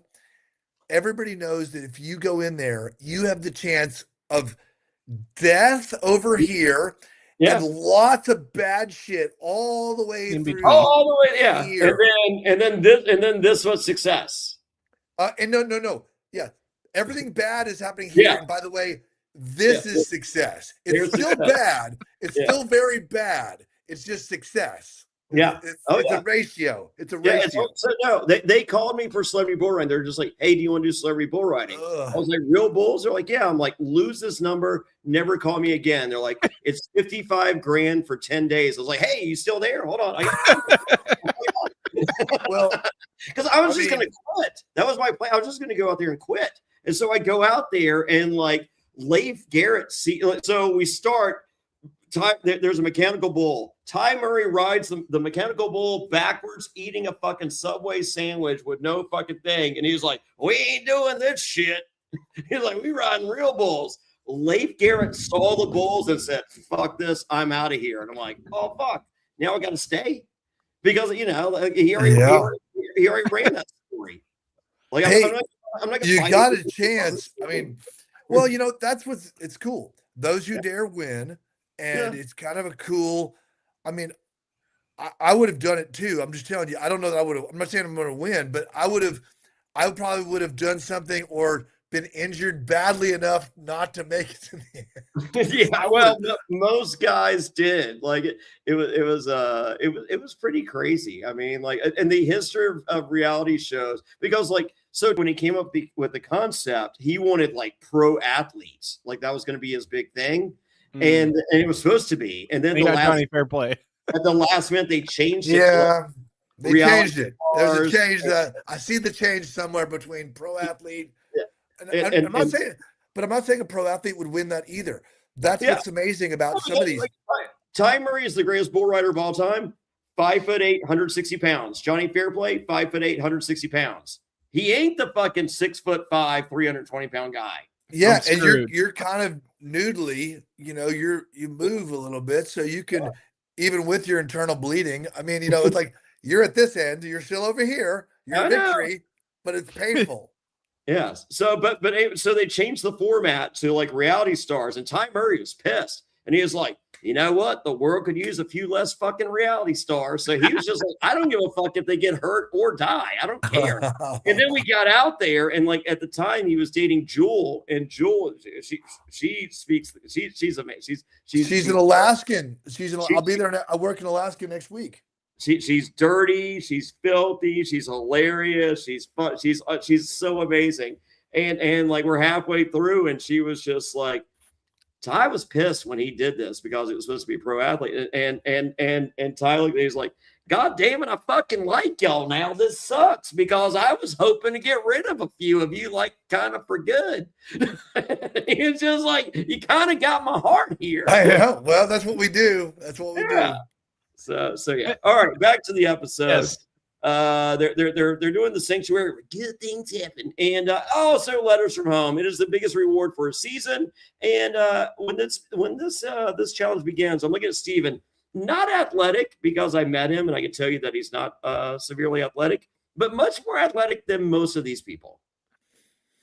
So. And he was impressive. He was competitive and close on a lot of challenges. He won a couple of them for sure, Yeah. The next line that's said by Jeff is Savannah working on her second bag. I heard these words earlier. That's from my private browser history. That has nothing to do with this, Savannah. All right. So Steven is what? Gabler, what were you going to say something? No, I was not. No, leave that alone, Gabler. Okay. Nope. Nope. So Steven is first to throw his bag. Christina throws behind her. All right. Steven is on and off so many times, and doesn't matter. Savannah wins. This is the toughest day, the biggest reward. She picks Rizzo. She picks Sophie. And Sophie thought she would put her game ahead of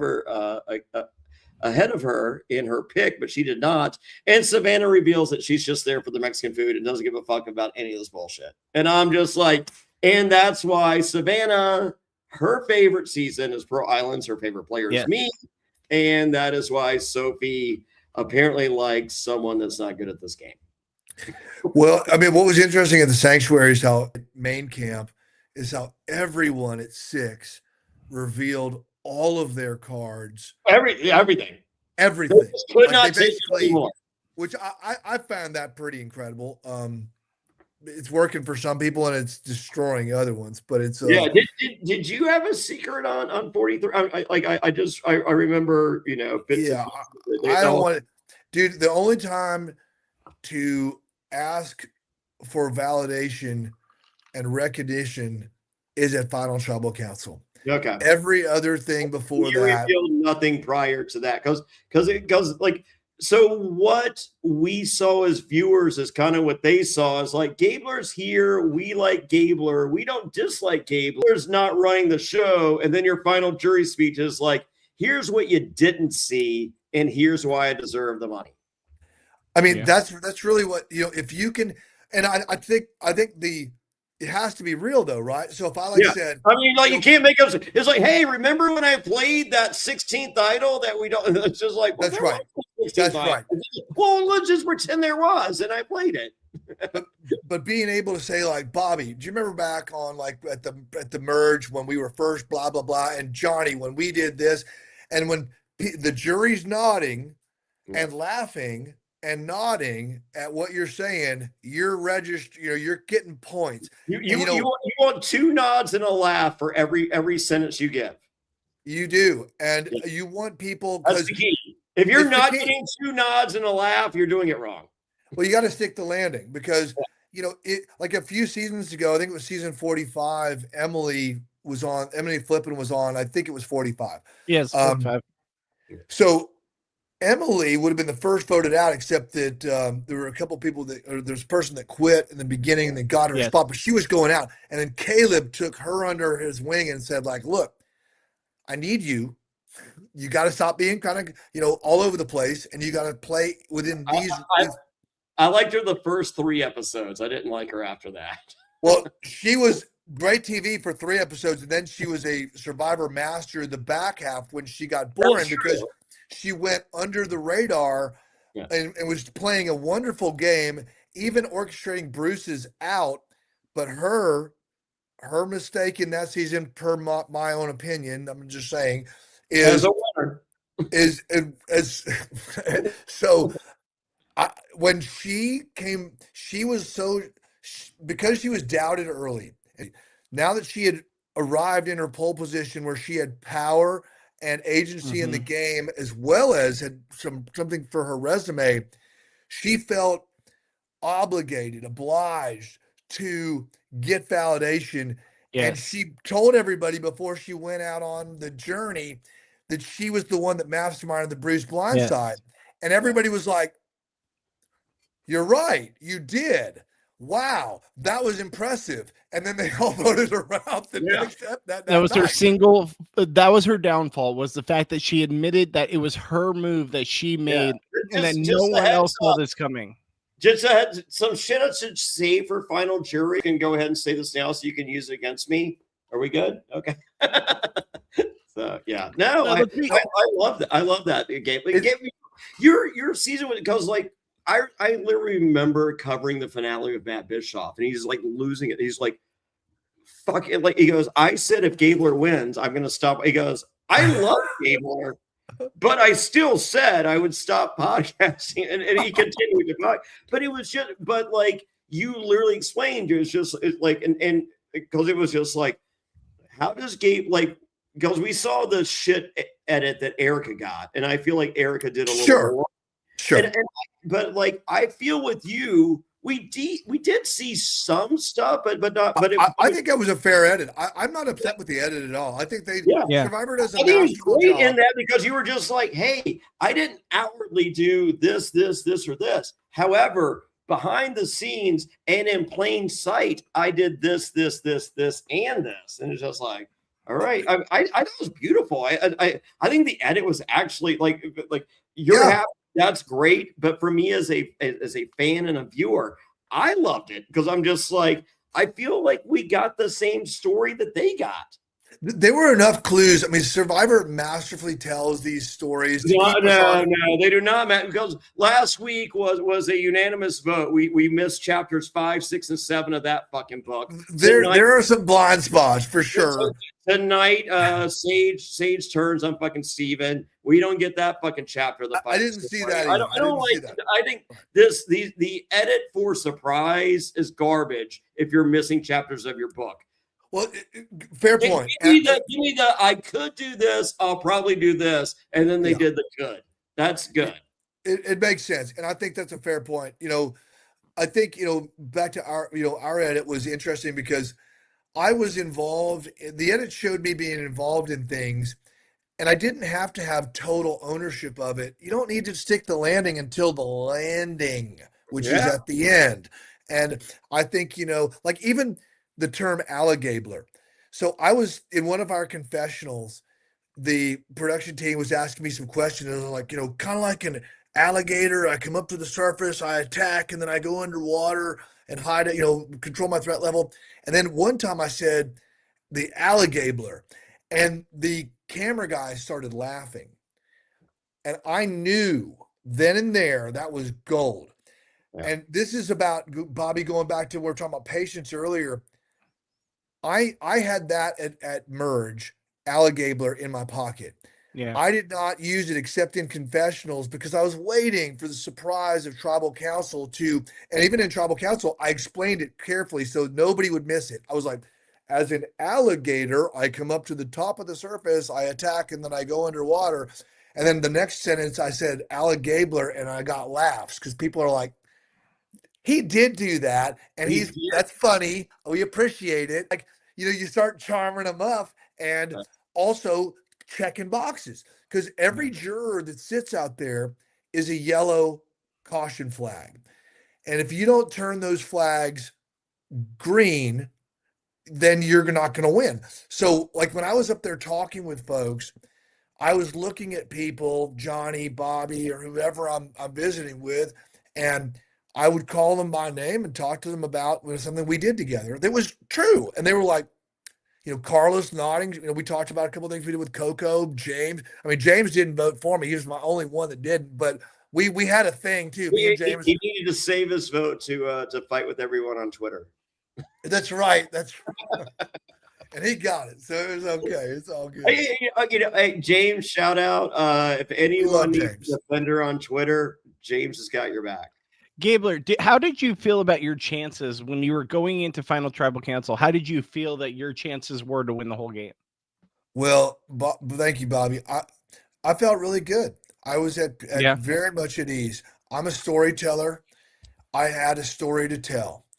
And my story, honestly, and I'll just say this because, it's not like, Cassidy was a worthy competitor. Yes. Owen was a worthy competitor. These are people's stories, honestly, that if I could have told their stories, I could have also won with any one of their stories. Like what I'm saying is like, I could have, it's how you get to the end. First of all, you have to get to the end. Otherwise everything doesn't matter. Okay. If you want to win the game, it's got to get up there. And when you get to the end, how are you going to tell your story? And it's got to be, a truth component where people are looking at you and going, yeah, I remember doing that with him. Yeah. And a relationship thing where they're like, I did enjoy playing with you. I enjoyed camping with you for a month, and I appreciated you because we all take care of each other out there, right? We all take care of each other. Johnny knows it's not easy. You got to be. There are times out there where I sabotage people, but I understand the concept. And you know what? I think if I ever did it again, I would probably play a little bit funny like you did because I loved watching you. I'm a huge fan of Johnny Fairplay Yeah. because it's like You're gonna ruin your stick, Gabler. Jeez. well, people always underestimate me anyway, so I'm okay with it. So let's fuck over some people. Let's bring King George over here. Let's fuck over some people. It'd be fun. Can I be honest though? Like, I can appreciate the fact that you go in and you're just like, hey, this is what I have to say. This is what I have to do. And it's going to prove to people that this is why I deserve the win. And you got to pop them on a laugh, Bobby. That's a key thing that so many people, if they're not smiling, they're not like no guarantee of their fucking, like they can nod. You want the nods. The nods are very important. But if that nod is followed by, but I hate that motherfucker, they can hate you. But if they're smiling, they're like, fuck, he got me. And that smile is that fuck, he got me smile. Am I too critical where I look at it as when I'm playing the game, as much as I might like these people, I might love these people because I'm having this shared experience with them, that I know I have to do something for my resume to build and to show why I deserve to win? Is there, am I alone on an island here where I'm like, should that move that I made be preserved as something that is deserving of the win rather than how people actually feel about me? Johnny, you go first. You go first, dude. For me personally, I feel you can make that. You can figure out what that big. I did big, like I felt like the dead grandma line was a big move. So I had that iconic. Yeah. But in addition, and so I knew that was like that. I sealed the deal there. So if I'm on the final jury, but like I controlled pretty much every vote, but like 2 in the entire fucking game. So like my quote unquote, I hate the word resume, but my quote unquote resume is I controlled every fucking vote but 2. Like I'm really felt like it wasn't their move, that like these are all my moves. However, if I were to construct a big move, I would figure like so on Pro Islands. I went my first promo or confessional. In wrestling we call them I am the cruiserweight champion of the world. There's one. That's two. So in promo, so you put over your opponent. So but my first confessional that I did, I was just like, I want to be the biggest bad guy in the history of Survivor. I want to be the biggest bad guy in the history of reality television. They are literally jerking. They're just like, no one's ever like Jerry Manthe got a bad edit. Richard Hatch said, that's not me. Bossy Rob was like, I'm a good guy. What are you talking about? Like, no one owned being a bad guy. Even Rob C., who I felt like, well, it was just like, this is a bad guy. He's like, I'm not really a bad guy. I'm like, I'm Ric Flair. I'm Roddy Piper. Yeah. I'm Andy Kaufman. It was fun. Here he is. And they're losing their minds. So when I say that, I have drawn a line in the sand. Who is Hulk Hogan? If I'm Ric Flair and I'm Roddy Piper, who's Hulk Hogan? If I'm the Joker, who's Batman? If I'm Lex Luthor, who's Superman? And I'm watching the camera time and I'm watching everything else. It's just like, hey, Rupert, we need you for confessional. Hey, Rupert, you're going to go out all fucking day with the spear for 8 fucking hours with your own fucking film crew. That's my fucking Hulk Hogan. That's the motherfucker I'm going after. So if you're going to separate yourself and you're going to do all that, then I don't have to fuck over my best friend. However, if my best friend is Hulk Hogan and we just happen to be playing the game together and this motherfucker's, as opposed to Rupert, who has 0 social skills whatsoever back then and went off for 8 hours at a time. And I'm just like, it doesn't make a fuck. If my friend was the good guy, I'm fucking over my best friend. But that wasn't the case. I figured out what the parameters were. I'm the bad guy. He's the good guy. So my big move is him. So I don't the fucker. However, if I figure out, say Burton is the fucking good guy in this story and we're working together, but we just have different, like I'm the bad guy, he's the good guy, but we're working together on this common goal against all these other fucking people. If I have to fuck over Burton, I will fuck over.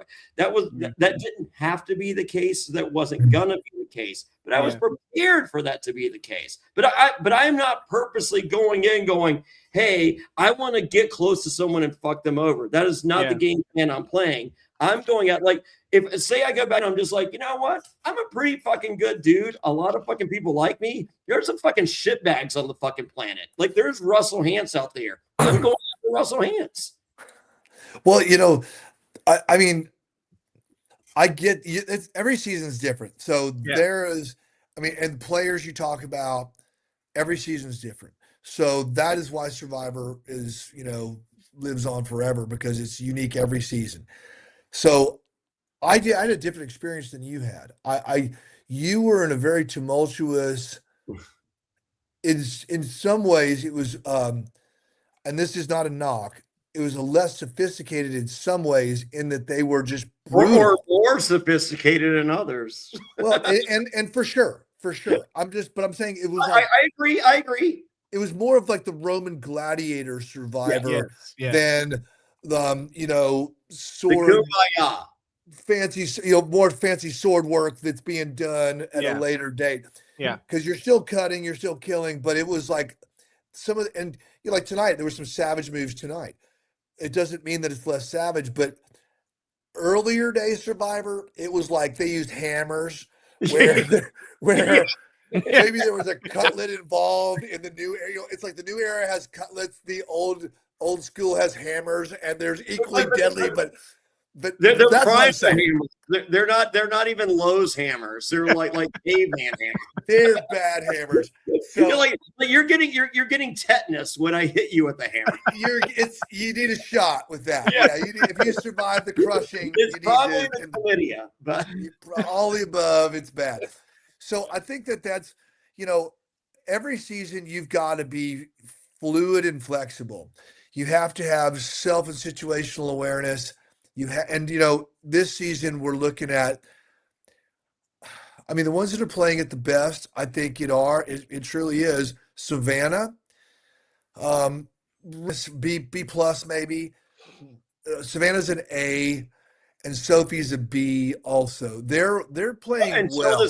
Sophie B. What's that? I was going to say I think after this episode we have to drop her down to a C. I do. There's a deduction for sure. Yeah. The move was last week. The move was you know, it's a unanimous vote. You steal Rizzo's idol. You vote out Savannah. Boom. You win. I said it here, and people here's the deal. For everyone that said that move was too early, Gabler, Pearl Islands, Jonny Fairplay, one of 13 Survivor Hall. There's only 13 Survivor Hall of Famers on the planet, right? I'm considered one of the best, whether I'm saying it or it's just fucking fact, and I don't have to say it because it's the fucking truth. Toot, toot. I'm tooting my own horn. I made that same move at Final 7, the dead grandma lie, as what Soph would have done last week against Savannah. So when you're saying it's too soon, so you're saying it was too soon for Jonny Fairplay to do the dead grandma lie? Because I think that in the history of fucking reality television, it worked out pretty good for the timing. Well, if you look at last season where Mitch waited forever to take a move, right? And we're still waiting. Windows open and close. We're waiting for Gabe's move from 47 still. That's why he named his podcast Gabe's Big Move.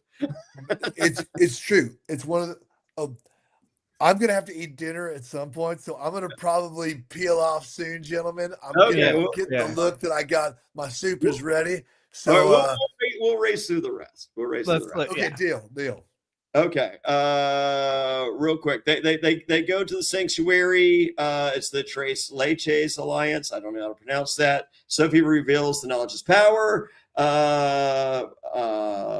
They are an alliance of 3. Letters from home. Savannah cuts a winter promo. It is amazing. Like they're just like, wow, if she's in the final jury, this part of her speech is good. Rizzo gives his origin story, and I'm just like, okay, this is why Rizzo is on season 50. This is good stuff. His origin story, it did touch me. I appreciated it. I think it gives us a lot of insight into the young man, and I'm really pulling for him from that regard. I am. Yeah. Now, his overplaying, his walking up and down and peacocking about the idol, that is not a hiding in plain sight Gabler move. No. That is a move that I think could. I'm surprised it has not bitten him already. I once again, I think him and Savannah are they just literally threw their hands up and like, if we don't play, are they just going to get rid of each other? And I think that's all we're watching. And then all we have for Rizzo to do is to peacock and talk about the idol. Apparently so. It's true. There is part of that because I'm just amazed that they were able to get Sage and Christina to flip. I mean, that changed tonight changed the entire season because, like Rizzo said, and he was smart enough to know this, whoever wins tonight controls the end. Yeah. And they are in firm control. And I don't see it changing. I see, Sage doing fire. I see either Sage or Christina going home, and then one of the three going against either Sage or Christina in fire, and then joining them on the council. And then I think the final tribal council is going to be 3 hitters swinging for the fences. Yeah. And whoever said so, if tonight is a prelude to next week, Savannah gave a really, really good speech. Like, cause the deal with Savannah is a she's a challenge beast. Okay, let's just acknowledge that. B, great. Okay, A, she's a great player. B, she's a challenge beast. C, she has the ability to look into your soul, which can be intimidating.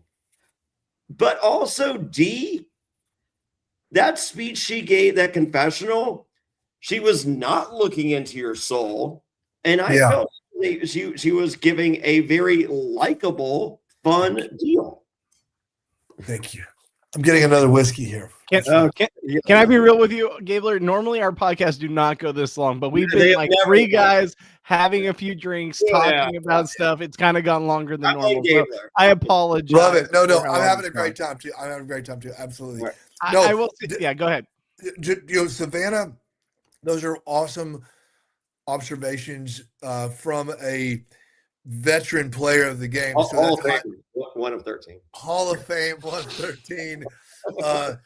And that's high praise. I think that she can in her performance. And I think, she was my preseason pick. And while she makes me a little nervous because it's different from the Gabler strategy with threat level management, she's playing a pretty fiery, pretty almost King Georgie brash game that I like as a fan. It's like watching a runaway roller coaster and I'm waiting for it to smash, and somehow it keeps doing loop-de-loops and landing on the tracks again on the other side, and it's fun. So I think that this season, one that started out slow, and I've always said, anytime Survivor starts out slow, watch out because it's probably gonna be one of the better seasons. Yeah, you trim the fat. It's a roller coaster. If it goes tick, tick, tick, tick, tick, straight down, okay, that's fun. But also if it's tick, tick, tick, tick, tick, tick, tick, tick, tick, tick, tick, tick, tick, tick, tick, tick, tick, and then the longer it ticks, the bigger the drop, and the more chaos that comes with and collateral damage that comes with every drop. And we're watching that now. It's been week after week. It's been fun. This is going to be a fun season to binge watch. Yeah, no, so usually when you see the pre-merge is just heavy hitting, that means everyone good is gone. That's an interesting point.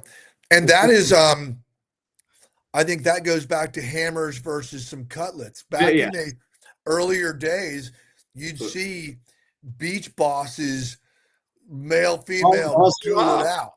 Boston Rob did not make the merge on Marquesas. You're totally right. It's really that's a great observation. That is a very interesting point. And I because you're right. Early days with hammers, as per our earlier conversation, Survivor was equally savage, but it was maybe more blunt and it was like, wow. Like, I mean, when you like players And like you couldn't wait. I mean, like the sophistication of the game is I don't like them, but I know the time to make the move, and I'm saving that move because that's the move that's going to win me the game. Where in old school Survivor, like, I don't like that motherfucker. I'm getting rid of them. that's right. That is right. I'm taking my hammer and I'm going to walk across the. I'm going to walk across the camp and smash for them. later. I'm just like, I can't wait till later. I literally hate this person. I don't care. It's very that is so that we're 49 seasons in, and of course that's why I think that's what's so amazing. I think we're going to see 100 seasons because the game is as good as it's ever been. It's still as much fun to watch today as it ever was. The way that we talk about it and the passion behind it, and if you've never been to one of these, that part is maintained. The last sentence you said, Gabler, is maintained. And I'm going to go on record. I don't know what happens on 50. I don't care what happens on 50. I think 50 is going to give us that bloodthirst, that bloodlust that we had for the first 20 seasons of Survivor. Do you think that 50 is more important than 51? I feel like 51 might be the most important season of the entire show. I like that because it's a new direction they're going to go in. So I actually love that, Bobby, and I think you're right. Because 50, I'm expecting 50 to be great. I'm expecting it to be fun. It's going to be. There's no doubt it's going to be great. But 51 is going to be something new, and the creative part of me wants to see change. I want to see themes. I want to see big teams. Spillman back. Who? Lynn Spielman, the casting director. That's what I want to see on 51. Like, and she's been doing a ton of interviews, and we'll have her on here soon. She's game. She has said her requirement in casting back in the day was, we want conflict. Give us conflict. That's who, right. She was just like, she goes, we did Jonny Fairplay, we did All Stars, we come out to All Stars, we need something. And if it is not conflict turned up to 12, then what are they watching? And we cast Russell Hantz, and we got Russell Hantz being the person that we cast. So 100%. But I'll tell you, we win the game though. This is not, the game has involved. The game is very subtle. Yeah, well, she says the game now is not conflict. The game is stories. It's the game now is strategy. Watch with your kids. Watch what I disagree. Well, that's what she. The game. Well, we have our own opinions. It's fine, but it's like, the game now. You have to be self and situationally so hyper aware of everything going on, because the tiniest butterfly ripple that happens at 8 a.m. is like a hurricane by noon, and then it goes down and then it goes back up again. I mean, there's a lot happening now because people have been watching this for 25 years. There's a lot of meta play in the game these days. There's a lot of meta play. And there's people that listen to the reaction back in the day, just human reaction. Absolutely. People that just say, there's people that are listening to this podcast that are going to be on the beach one day. And they've had the benefit of not just being super fans like they are and cool people, because if you're a Survivor fan, you're cool. Well, but you've been listening to this show, and you get insight that's helpful. And I'll tell you, the people that I've met, fans I've met at events, they talk a high game every bit as much as one of us who've been on the beach. So that's where the flatness of Survivor, coming back to that. Yeah, it's just it's the game is like they have mentally played the game to where if you're player 6, it's day 17, and this is the scenario. Well, we do option C because that's what you do at player 3. game, like that. Like it's literally, if you're not doing that, you're stupid. I'm just like, Well, I'm not doing that because I'm not stupid. well, but as interesting as that comes to, look at last season where everybody stayed basically frozen from the Yes. merge. Who does that? I mean, I- nobody does that anymore. That's a weird strategy, and it worked for some people. And it didn't work. Because they're playing Meta Survivor because at on day 12, player 3 doesn't do that. Gabler, do you not know that? That's how the game works. Well, I mean, I feel like as someone that's won the show, I do know how it works like that. I know you do. I'm just saying. Like they're just like, they're just doing what you're supposed to do. And I am not a player that does what he's supposed to do. No, but you're also a very sophisticated player. I mean, like if you ever played again, it would be very interesting because you're a smart guy. I know I've known you for a few years now. Yeah. You're a very smart person. You're strategically unusual, which is but I don't mean that. I just mean like you don't think like you have a very unique thought process that is. I am almost as good as King George. Well, King George is a separate animal and a different leopard. I feel we're comparable, but as far as the radicalness, I put King George ahead of me on radicalness. But yes, but even King George, if and when King George plays again, and I hope he does because I'm a huge fan. Yes. But if King George plays again, King George has got to change. The last 2 times he's played, his reputation outshined. It put too much focus and target on him. He's going to have to figure out a way to work a little alligabler into his strategy to where he controls his threat level. He can be as vicious as a viper, like the Rasputin looking guy he kind of is.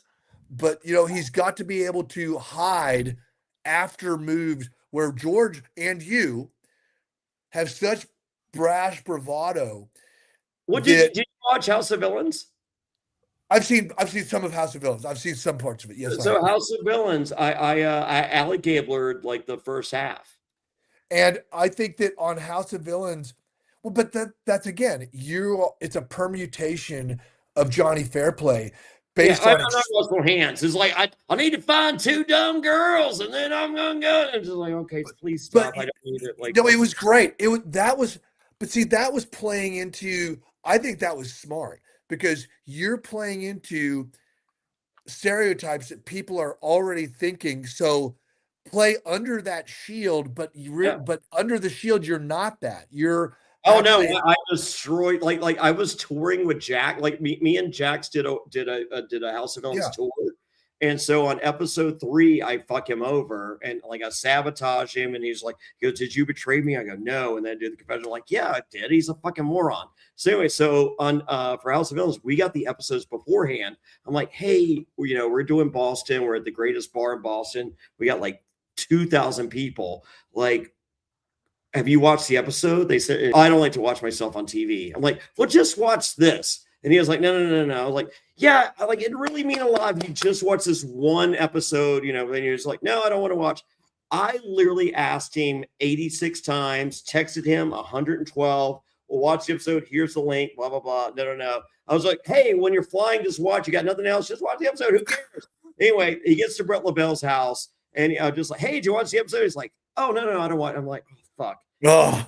Episode comes on. He's downstairs. I'm upstairs. There's 2,000 people. He's like, "Did you betray me?" "No." "Yeah, I betrayed him. He's a fucking moron." Blah, blah, blah. He grabs a glass ketchup bottle, throws it, misses, like goes right in between me and the DJ, barely misses with the glass ketchup bottle. After the fucking show, goes, "Fuck you, fuck your tour. I'm fucking done. Call Johnny Bananas. I'm fucking out. You're a my fucking God. I can't believe he did that, blah, blah, blah." The next day, he does the podcast with his wife at the time, Brittany. And he was like, "Do you see that shit with Johnny?" She's like, "Yeah, that's what Jonny Fairplay does, you dumb motherfucker. Survivor 4, that's Jonny Fairplay. He's fucking the best. I love Jonny Fairplay. I'm fuck you over." Right after the podcast, he called. He's like, "Hey, I don't know if you talked to Bananas yet, but I'm down to do the rest of the tour." Yeah.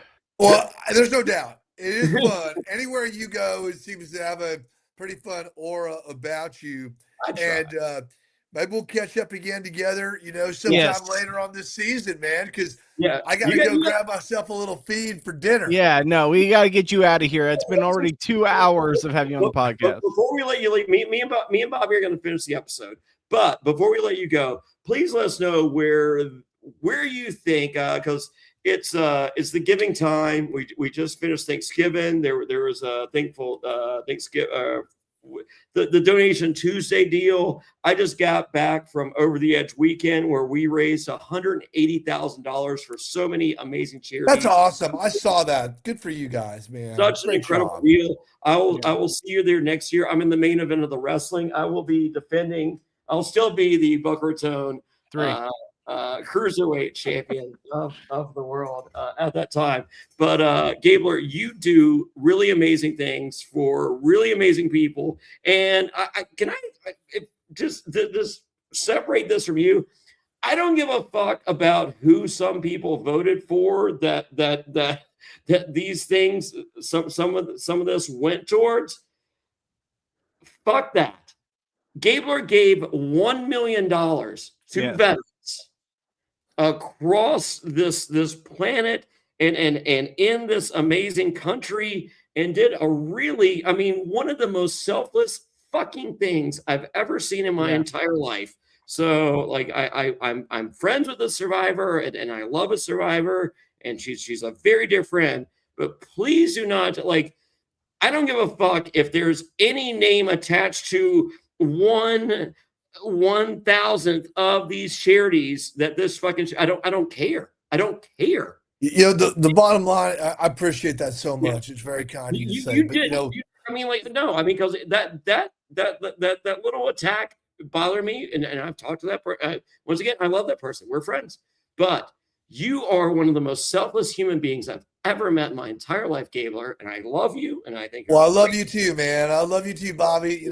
Hey, Gabler, I just want to say, you don't know me from anyone, but I appreciate you coming on here because, you have been amazing. You're one of the best guests we've ever had on here, and I hope we have you on many more times. We had a lot of fun. I love you guys.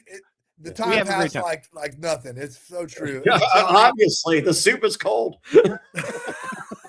But is there anything you want to promote, Gabler? Where can people be like Gabler and do some selfless acts here? The holidays are an especially tough time for our veterans, and as a nation, we do a very poor job bringing our heroes all the way back home. And there are men and women that need our help.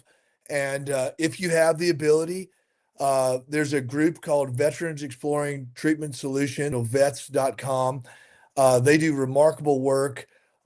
They've actually helped treat Marcus Luttrell. He was the lone survivor from Operation Red Wings, where we lost more Navy SEALs that day than any other day in the United States history. But our veterans do a lot to take care of us, and they come back home and they have issues. They have, traumatic stress issues. They've got traumatic brain injuries. There's a lot of things, addiction. There's things that can be helped, and Veterans Exploring Treatment Solutions does help them. I've literally put my money behind them, and there's Marcus and Amber Capone. They're amazing people. And Marcus is a former Navy SEAL, and Amber is his wife, and they make sure that every dollar gets to our veterans. And we're helping a lot of people. Even if it saves one life, it'd be worth it. But we're saving more than that. It's a wonderful thing, and survivor's the gift that keeps on giving. And I just appreciate the brotherhood and friendship, Bobby and Johnny, and thank you all so much for your time. I look forward to our next run-in together, and I hope it's in person because I'll give you guys a big old. We're doing a 50. We're figuring out where we're going to be in Idaho, season 50. Me, you, Jam. I'm already locking them in. April. I think April is where we need to do this because I got a place up in the mountains, and the flowers are crazy come April. I love the flowers. All right. So everybody, Gabler, thank you. Text me that link. We're gonna add it here in the show notes. Whether you're watching or listening, you can make a donation there. It's incredible. Gabler, we love you. Me and Bobby are going to keep talking about this episode. So Gabler, I will talk to you soon, brother. Love you so much. Okay. Gabler, I Thank can't you wait so to pick your much. brain more about Survivor, man. I want to talk to you after this. Yeah. Thank you so much, Bobby. Appreciate both you guys. Take good care, man. See you. Later, bud. All right. All right. Bobby, so we're That was Gabler. We had him for 2 hours, man. Literally 2 hours on the dot. Like, is that nuts? like we just were like 3 dudes hanging out, talking Survivor, talking about other stuff. Like, Have for you those ever of you met that Gabler? came here for a Survivor podcast, I just want to say we do talk Survivor, but we were like just honestly having a great conversation. Now Johnny and I can get to the meat potatoes of why this episode sucked. Yeah. Have you met Gabler before? I've never met Gabler. You love him, don't you? I love him to. I would like. I can imagine. You being loved him by- before, but now like you really love him. I can imagine being by a bonfire, just having a few, Watertown whiskeys, talking Survivor, and just being out there for hours. Like that's what I imagine with Gabler in the Idaho wilderness. Yeah, he's the best. I love Gabler. Like I've never said anything. Gabler won me a lot of money, so I'll always love Gabler. How much money did you win? Like $500. That's a lot to me. That's a lot of money to me. I didn't Yeah. win Survivor, motherfucker. I'm in the Hall of Fame. I didn't win. Yeah, how much does the Hall of Fame pay? Just nothing. like your Gabler win means more than my Hall of Fame. You know who could have made it into the Hall of Fame tonight? Watertown whiskey. Well, that too. Sorry. Okay, so we really do gotta like wrap it up soon. Because, We've already burned through a commercial. yeah, we've already burned through that. Do we already need to say? All right. We're gonna lose people if we keep talking. Let's like actually talk about the episode though, because Okay, I want to get into so it. there's rain in the shelter. Well, no, there were rats in the shelter. That was funny. That And was pretty funny. Did you ever have an experience with a rat? Sean.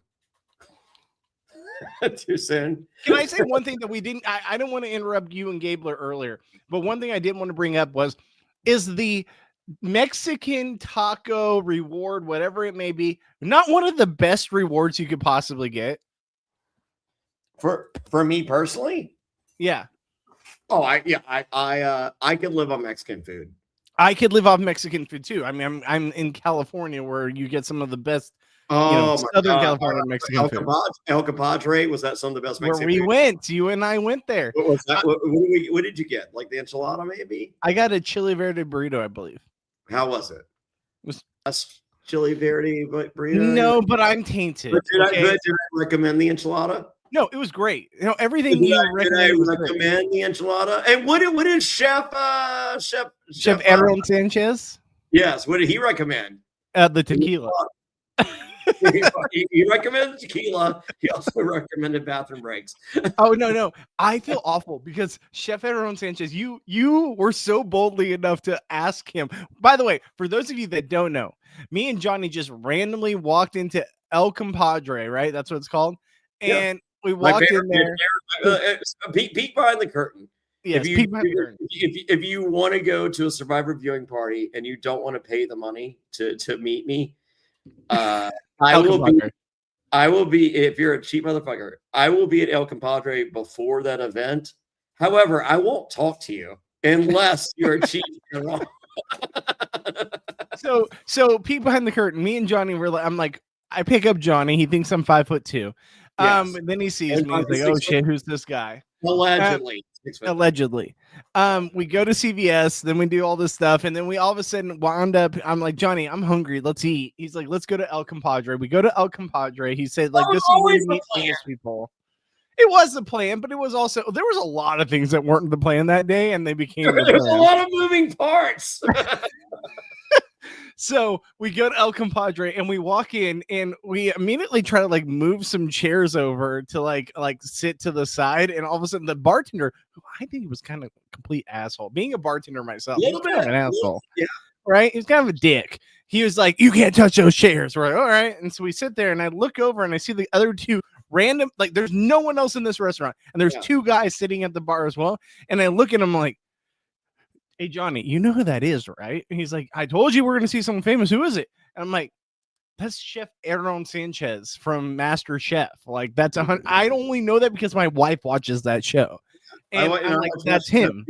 And he told us some MasterChef Junior stories that we're not allowed to tell on the air. Oh, we're not. On So, Patreon. yes. So Johnny's like, "Hey, Chef Aaron, I'm Jonny Fairplay from Survivor." I'm like, "There's no way this guy knows who you are." And he was the nicest guy. He knew I was. He knew exactly who you were. Yeah, like, why do you think he wouldn't? Because he's like not in the Literally same. a pop culture question. That's not even the same category though. It doesn't matter, Bobby. In the history of reality television, I'm in the fucking Smithsonian. Literally, I'm in the Smithsonian. So we go there, and he asked Chef Aaron. He's like, "What do you recommend?"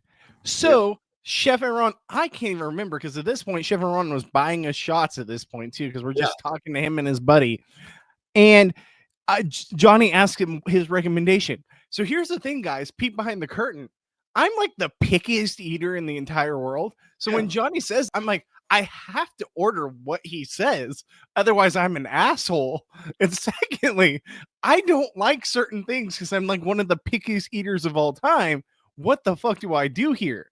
So I'm like eating the chips like they're freaking, going out of style, just like eating every single chip in front of us. I'm like, I'm just going to order the chili verde and hope to God that Johnny orders what Chef Aaron Sanchez like recommended, one of like the top chefs in the world.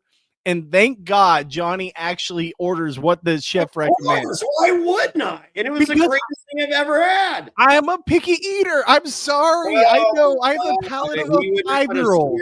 Wrong. Oh my God, Bobby. Epic fail.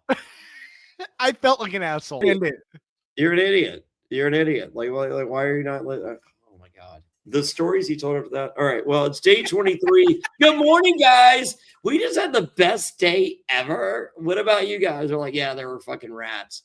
So Steven says it all comes down to the challenge. All right. Well, great. Steven, you're going to win because at the beginning of the episode, you just told me you're winning this entire show, and I just put a lot of money on it. So should work out. Time for immunity. It's a ball and a beam. D from season 45 won this in 24 minutes. And it ends up being Sage or Savannah at the end. Sage promises Savannah's safe. Savannah's like, yeah, thanks, but no thanks. And Sage is like, I'm just gonna, I want to do this for the person I'm doing it for. So will you let me win? And Savannah's like, yeah, fuck your person. And then Savannah wins her third individual immunity. By the way, I think this would be the one challenge I would do the best in. How do you think you would do in this challenge? I love this challenge. I wish they would do it more often. I feel like I would do good at for the record. Once again, go back, watch Pro Islands, folks, because everyone's just like, oh, Jonny Fairplay talks all this shit. What do he really do? I have the most individual awards enjoyed by a single player in the history of the show ever. Yeah. Still has not been remotely touched. I got every single reward but 2.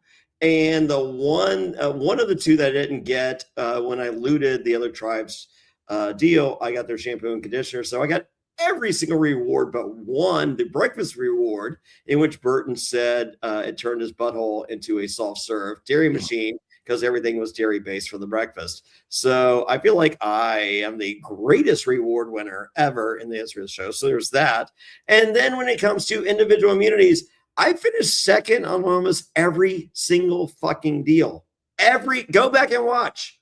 I am close to second place on every single challenge, folks.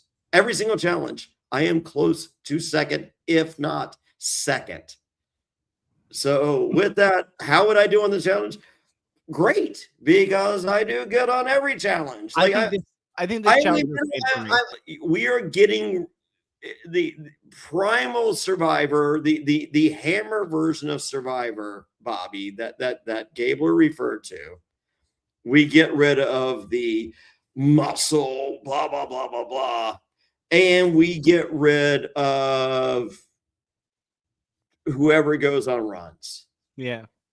So male or female, whatever. So if those are the 2 criteria of the people that we're attacking, once we're post-merge, Jonny Fairplay is safe, and Jonny Fairplay could win any fucking challenge there is.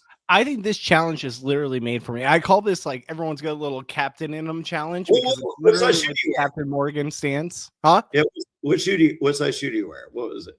12 Like and a half wide. Yeah, I feel this challenge is made for you for that. Yeah. I think that's an advantage. I think that like I have this 100%. Like there's don't get me wrong, guys. I am not confident. I'll watch I ever go on Survivor and I've Ever like most challenges you say you could not do. No, However, I could not do. You're a bartender, you stand all day, and you have a 12 and a half foot shoe. I love this for you. I feel like this challenge is made for me. You could ever do.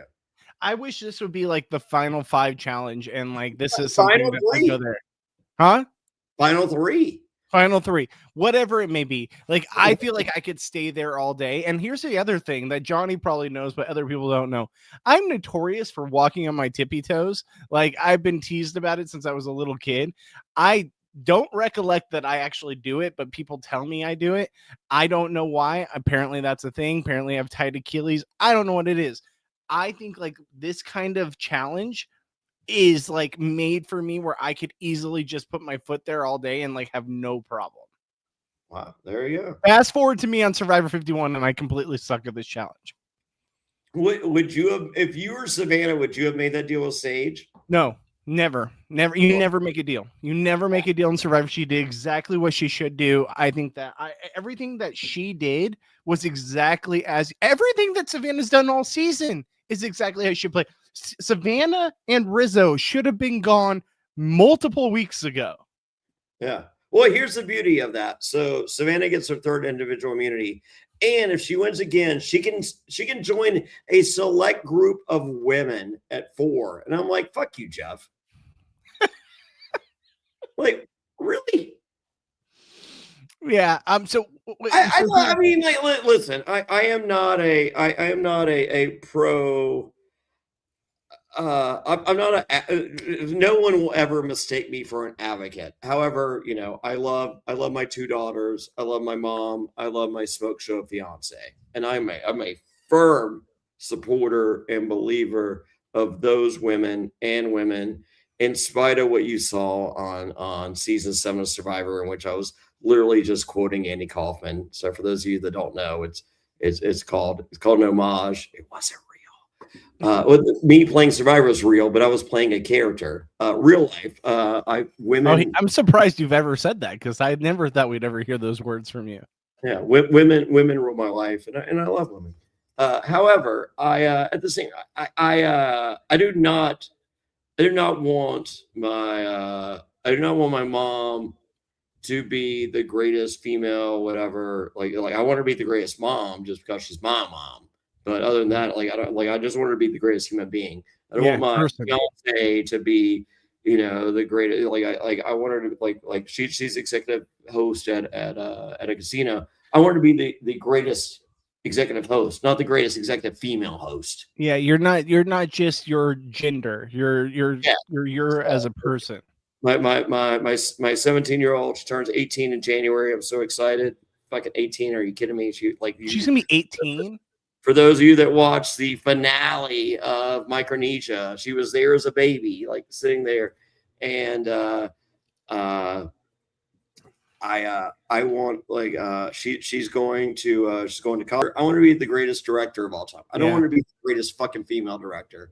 Yeah. And my 8-year-old, a few years ago, I was at our 1st grade graduation speech, and she said when she grows up she wants to be a mermaid. I don't want her to be the fucking greatest female mermaid. I want her to be the greatest mermaid, Bobby. Yeah. Okay. No. Hey, you're speaking to someone who's also a girl dad. Who I have a 5-year-old daughter who many of you have seen here on the podcast. She does run-ins, brother. Does she ever? I don't want her to be the next Caitlin Clark. I want her to be the next best basketball player of all time. It doesn't matter the gender. I want her to be great at whatever she does. It might not be basketball. It might be singing. It might be dancing. It might be what have you. I want her to be the greatest at what she does. I feel like you joining a select group of women at 4 is worse than come on in, guys. Mm-hmm. Mm-hmm. No, I think come on in, guys is kind of ridiculous. Can I be honest with you? I really think the come on in guys is like kind of ridiculous. Like I just think that like that's Well, Ricard like, didn't have a problem with the come on in guys either. exactly. Well, I just think that It it's was like Jeff. it's It was not Jeff, the same we're guy that being just nitpicky. said you can join a select group of women. Yes, Like, I just think that like you're a select group of people that can get to that position is what I would say. right? And then I feel like this is coming from people that had trouble editing 4 strong women on this season, and that's why Purple Sophie got the Purple Sophie edit, because they didn't know how to edit 4 strong women. They're like, well, we got the one strong woman, and then we got the one that we're portraying as dumb that's actually smart, and then we got the one that's crazy that's kind of smart. So what are we going to do with the 4? We can't do 4 women. It's just, We're in the final 5 and we have we just 4 want women. sure. We have 4 women and 1 guy remaining, and who's the one who's getting all the credit is the guy. Yeah. Wow.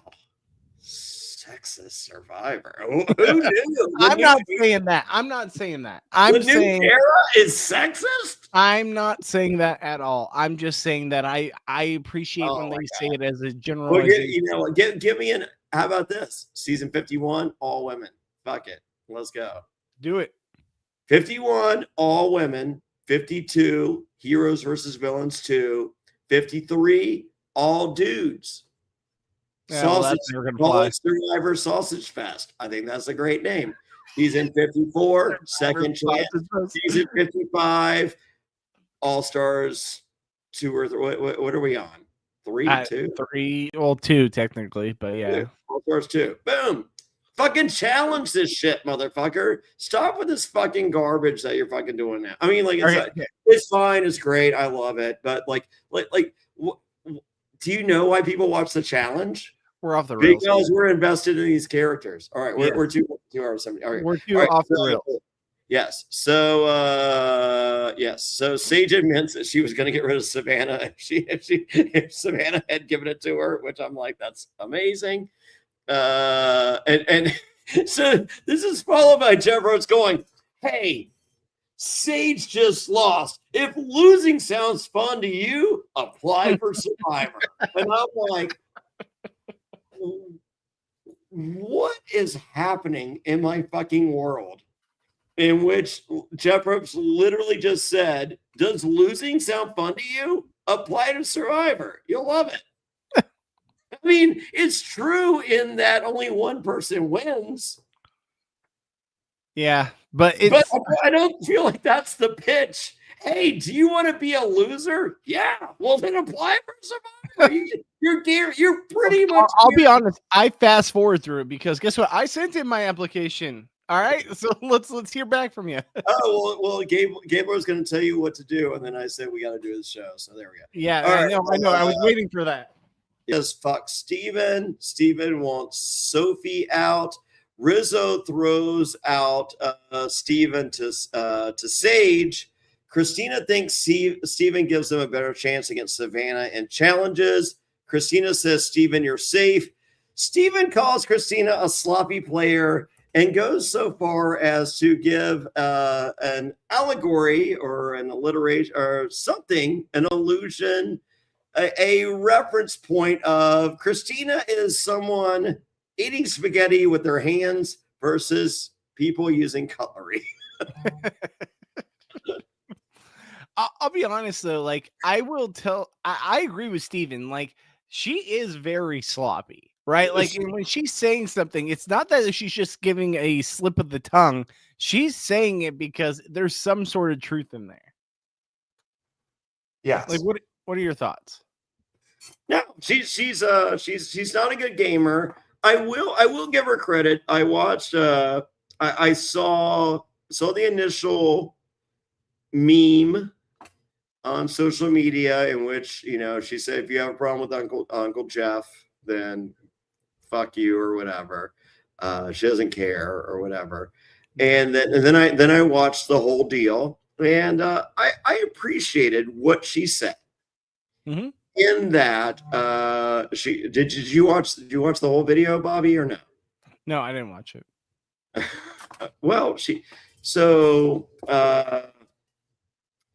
she said in her culture, not necessarily black, just one of like Southern culture, or just a culture of respect. You call your elders aunt or uncle, and if you don't say that, your mom will be like, "You better put some respect on that name." And she remembers watching Survivor as a kid and being like, I would love to be on the show with Uncle Jeff. And she just longed for the day in which she could be on the show with Uncle Jeff. And she had the opportunity to say Uncle Jeff. And she goes, production didn't say anything to me. The players didn't say anything to me. She goes, if it had been a problem, it may or may not have been addressed. She's like, I'm not going to say, I would have changed it or not. But she goes, no one said anything to me. So no one's going to say anything to you. It's not their job to say anything to you. But also, didn't Jawan say it first? You don't know the cutting room floor. That's true. Yes. So she could have been the first. She could have been first. Honestly, and I have not watched I have just seen Jawan has gone to therapy since the show, and there's that of it. So I don't know Jawan's story, because it feels like that's a deep dive that's going to take more than a 2-minute TikTok. So I feel like take more than a 2.5 hour podcast. What's that? It says it's going to take more than a 2.5 hour podcast. Yes, to digest. So, and for the record, I like Jawan. So I love Jawan. Yeah, the turtleneck was awesome. I didn't like the. I saw Jonathan this weekend. I didn't love the Mr. Probst, or Mr. Jeff. However, I get it. Excuse me. Jonathan Young is from Alabama. Is Mr. Jeff. Like, that is literally your name in Alabama. Yeah. You're Mr. Jeff. I'm Mr. Johnny. Yeah. I mean, like when I see Jonathan, he says Mr. Johnny. Yeah. And I'm just like, dude, I mean, like, it's not like, hey, I better say this or he's going to fucking call me. Like, no, like, that's Jonathan. It's Mr. Johnny. And so I'm gonna give a little more wiggle room than I was planning on with all this. I loved Christina's answer. All right, so let's get to the okay, here we go. So we're 2.5 hours in. I got to get out of here. Me too. So Savannah says this is going to be the best tribal ever. We'll see. Steven plays the advantage against Savannah. It has now been played, and this is literally shown on the show pre-tribal. He is playing this advantage, this steal your vote advantage ahead of time. He says it. It's acknowledged. It's done. I love that they showed that too, because it gives a lot more. God. If they had not, I would have fucking killed them. Because it would. You have to explain that to the viewing audience, otherwise they would not understand it. I mean, like the shit they have chose not to show this season, and especially the last 2 episodes. Like, I just, my head wants to explode. However, they showed this. This is great, and then right before tribal, Sophie's like, my grandma knows that Sophie didn't know Rizzo 20 years ago. I'm playing that shit on Rizzo's idol. And I'm like, let's fucking go. I'm like, dude, play it. Like, that's the smartest move you could do. Even though you should have done it last week, like I said. The smartest move is to take the idol. Why would you take some weird advantage that you don't even know what the advantage is over the idol? It's like 2 in the bush, 1 in the hand. Yes. 2 in the bush, 1 in the hand. That is correct. So it's night 23. It's tribal. No swag on this jury.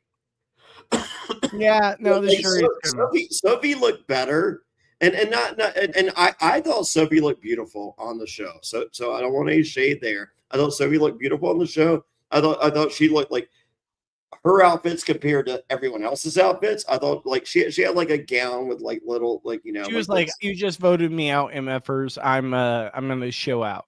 Yes, but I thought like remember like Saul with the fucking vest and shit. Oh yeah, Yeah, like we were seeing none of that fucking shit this No. season. No. no. All right. So that's I'm gonna just if I ever get cast, I'm just go out there with no shirt, and then I'll see what Johnny says about that. I have plenty to say. You see this 5-foot guy without shirt on? You actually dropped 2 inches when you. All right, so Sophie says we don't believe they weren't talking strategy and just talking about rats.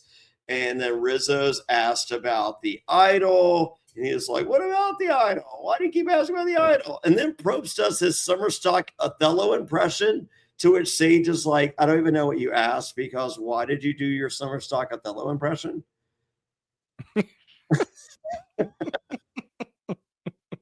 Right? Yeah, It was a lot. It was a lot. Like Jeff, I love Jeff Probst. He is on the cover of every DVD. So if you're looking for a DVD, I have these available on eBay right now. Just go to JonnyFairplay.com for links to all my eBay auctions. This is signed by me, Rupert, and Sandra, and they used to put our faces on there. Seasons 41 through 49, Bobby, just have Jeff Probst on the front of the box and the number. I know that, but like, isn't like Sandra supposed to be the centerpiece on that season? Like, isn't it most seasons like the winner is the one who's the centerpiece? No, the greatest player is on the front left.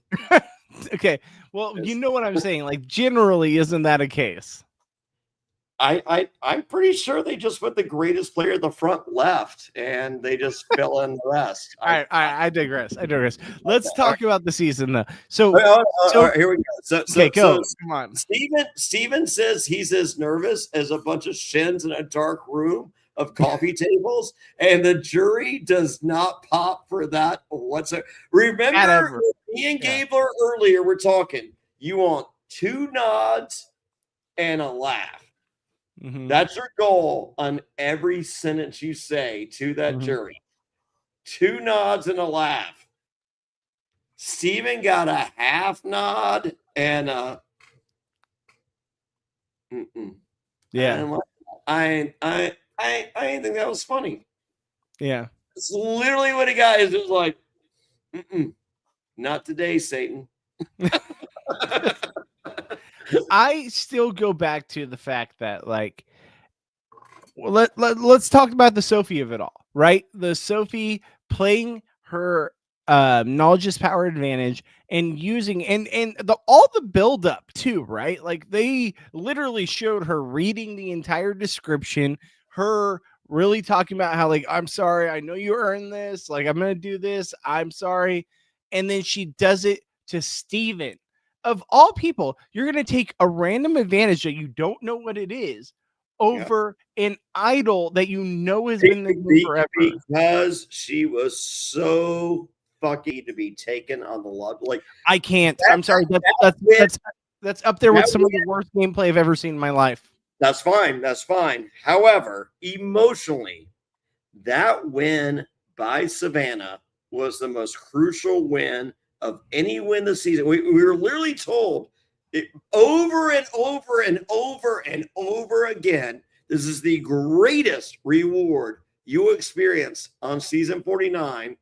And she got the greatest reward, and she got that letter, and she was just like, you know what?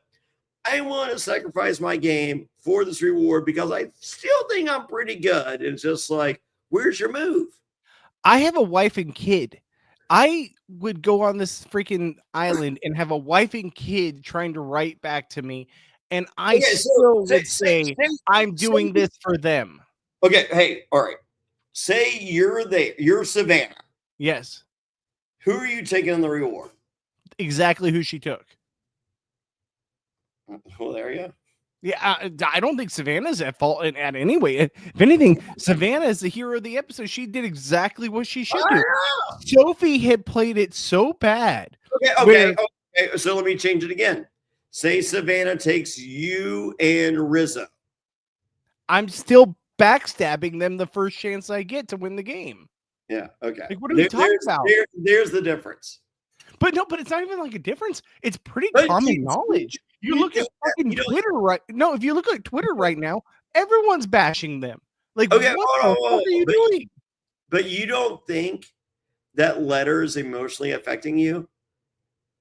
No, not at all. Yes, I might have a human... like I would imagine that your letter from home is, Bobby, don't fuck this up. Fuck over anyone you need to. Yes. My wife would be like, that letter better say. You know what my wife would say in the letter? You motherfucker, you left me alone with a 5-year-old by myself. You better come home with the money or don't come home at all. That's what the fucking letter would say. Yeah, and you're just like, I gotta fuck over Savannah. Yes. Like, okay. Are we not talking? I'm sorry. Am I naive? Am I just delusional? Is there something my letter's never been open, Bobby? Is there something wrong with me that a letter from home is never going to be like, that was so important. That was so amazing. Thank you so much for that. I will never turn on you. No, because guess what? My wife's not going to come home and be like, did you read my letter? I hope you liked it. That was the best thing I ever wrote. And I hope you're happy. And I hope it was worth $1 million. No, my wife would be like, you dumb fuck. Why the hell did you give up your chance at $1 million for my letter that I wrote haphazardly to send to you? 12 hours after you left, by the way. I'm sorry. I don't get it. 12 hours after you left, Bobby. That's the letter that they wrote. And for once, I know Twitter agrees with me because everything I'm reading on Twitter is like, what the hell just happened? These people are stupid. These people suck. This is the worst season ever. I still think 48 is worse because we had a whole season of it opposed to the end game and the pregame. But I will say this is one of the most furious and frustrated I've ever been with contestants. Not just say Sophie, excuse me. Sophie, I liked you. I had you as my winner pick for a long time. What you did tonight was atrocious as a player. I think you're probably a wonderful person. I'm not saying anything about you as a person, but as a player, this was god awful. And I am very embarrassed that like this happened because I expected so much more out of you. And I understand emotions are different. On the other side, Sage and Christina, this is an embarrassment. This is an embarrassment on how you played. No, Sage really wants Savannah out. Oh, sure she does. Yeah, sure. She's so locked in on Savannah that no other strategic gameplay can ever be played. And we've seen that throughout the whole season. Except for when she can vote for Savannah. Yeah. Johnny, we wrap this up. I got to get out of here. All right. So anybody else an idol? Rizzo doesn't play the idol. It's Steven. So Steven. Sage was like, sorry, dude, couldn't beat you. Steven was like, damn, Rizzo's idol still good. That's Yule technique on the idol. And we get a commercial. Season 50 is coming. Next time on Survivor, it's the finale. And then we discover that Steven is not an imposter. And I love to hear that. I love it too. And I'm looking forward to the finale when Savannah just takes down everyone because apparently no one's going to ever take the shot. Her or Rizzo, one of the two is winning. Yeah, there you go. All right. Well, there we go. Right. So with that said, we're going to have our NFL podcast hopefully tomorrow. Yeah. I'll hit up Jason Powell, or we'll go with Gabe. We'll do it with somebody. There's gonna be a podcast. We'll do our NFL podcast preview podcast. We'll figure out your earliest time. I can do whenever tomorrow. Okay. So tomorrow we will have our NFL podcast. Guys, next week for the finale, please come back here. We are going to come back with a huge finale show. It will not be 2.5 hours. It will not be 2.5 hours. Huh? Is that 2.5 hours, Bobby? Yes, I know. My wife's like, "What the hell are you doing right now? Like, get off." We have Did you say chatterbait or chat? Yeah, and we also started an hour late, so my wife's like, "You have neighbors. Get off of it." So, with that being said, you guys are awesome. I hope you guys come back for the finale. Johnny won't be here, but Gabe will be here. He'll be making his magnificent return, hopefully. Then we will also have some surprise guests from Survivor here on the podcast talking about the finale. with us. I can't wait for that. I'm so excited for that. So tune in next week after the finale. Johnny, what do you have to promote for your upcoming ventures? Get a cameo.com/Jonny Fairplay. Go to JonnyFairplay.com for everything. Join me and Rachel Riley for the premiere of Traitors, January 8th. 2/3 of the tickets are gone. We are a third of the way from being sold out. I knew we would be. So join us in Chicago, January 8th. Go to SurvivorTix.com, SurvivorTix.com. And I'm going to be in Phoenix next week for the finale. I got Rupert versus Johnny t-shirts. So I sold half the shirts in Orlando. I don't like to say this, Bobby. Can I silently say this? Sure. So I'm doing a donation to Rupert's kids with kayfabe, brother. Like I'm the cruiserweight champion of the world. You're doing something very nice and very genuine. And I'm a bad guy wrestler, so I don't like to talk about it. So anyway, get yourself a t-shirt. A lot of people got the t-shirt, and I'm gonna do something good with it. And then I'm doing extra good next week. But shut up about it. I don't want to talk about it, brother. So yeah. So Bobby, where can everybody find you? At Goodsby Bobby on all my social media. And guys, check out all the content we have here at Reality After Show. We do a lot of reality shows. We're gonna have the Traitors very soon, and I can't wait for and that. Beast Games. And Beast Games. And with Jeff Probst, apparently. With Jeff Probst? Did you not see the teaser they put out today?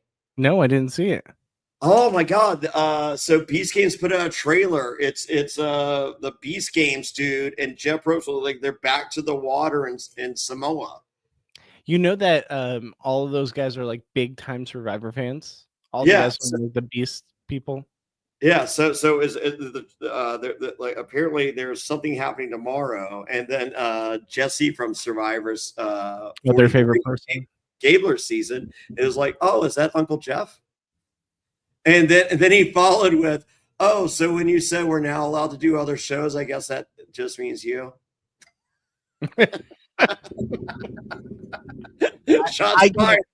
I can't wait to see Beast Games. I'm very much so excited for that. Guys, we also might have some Squid Game coverage. I think we should talk about Squid Game not Squid Game, sorry. Stranger Things. I don't know why I had Squid Games in mind. I was thinking about Lauren. We're talking Stranger Things. I'm watching. I got Friday off. I'm gonna binge Friday.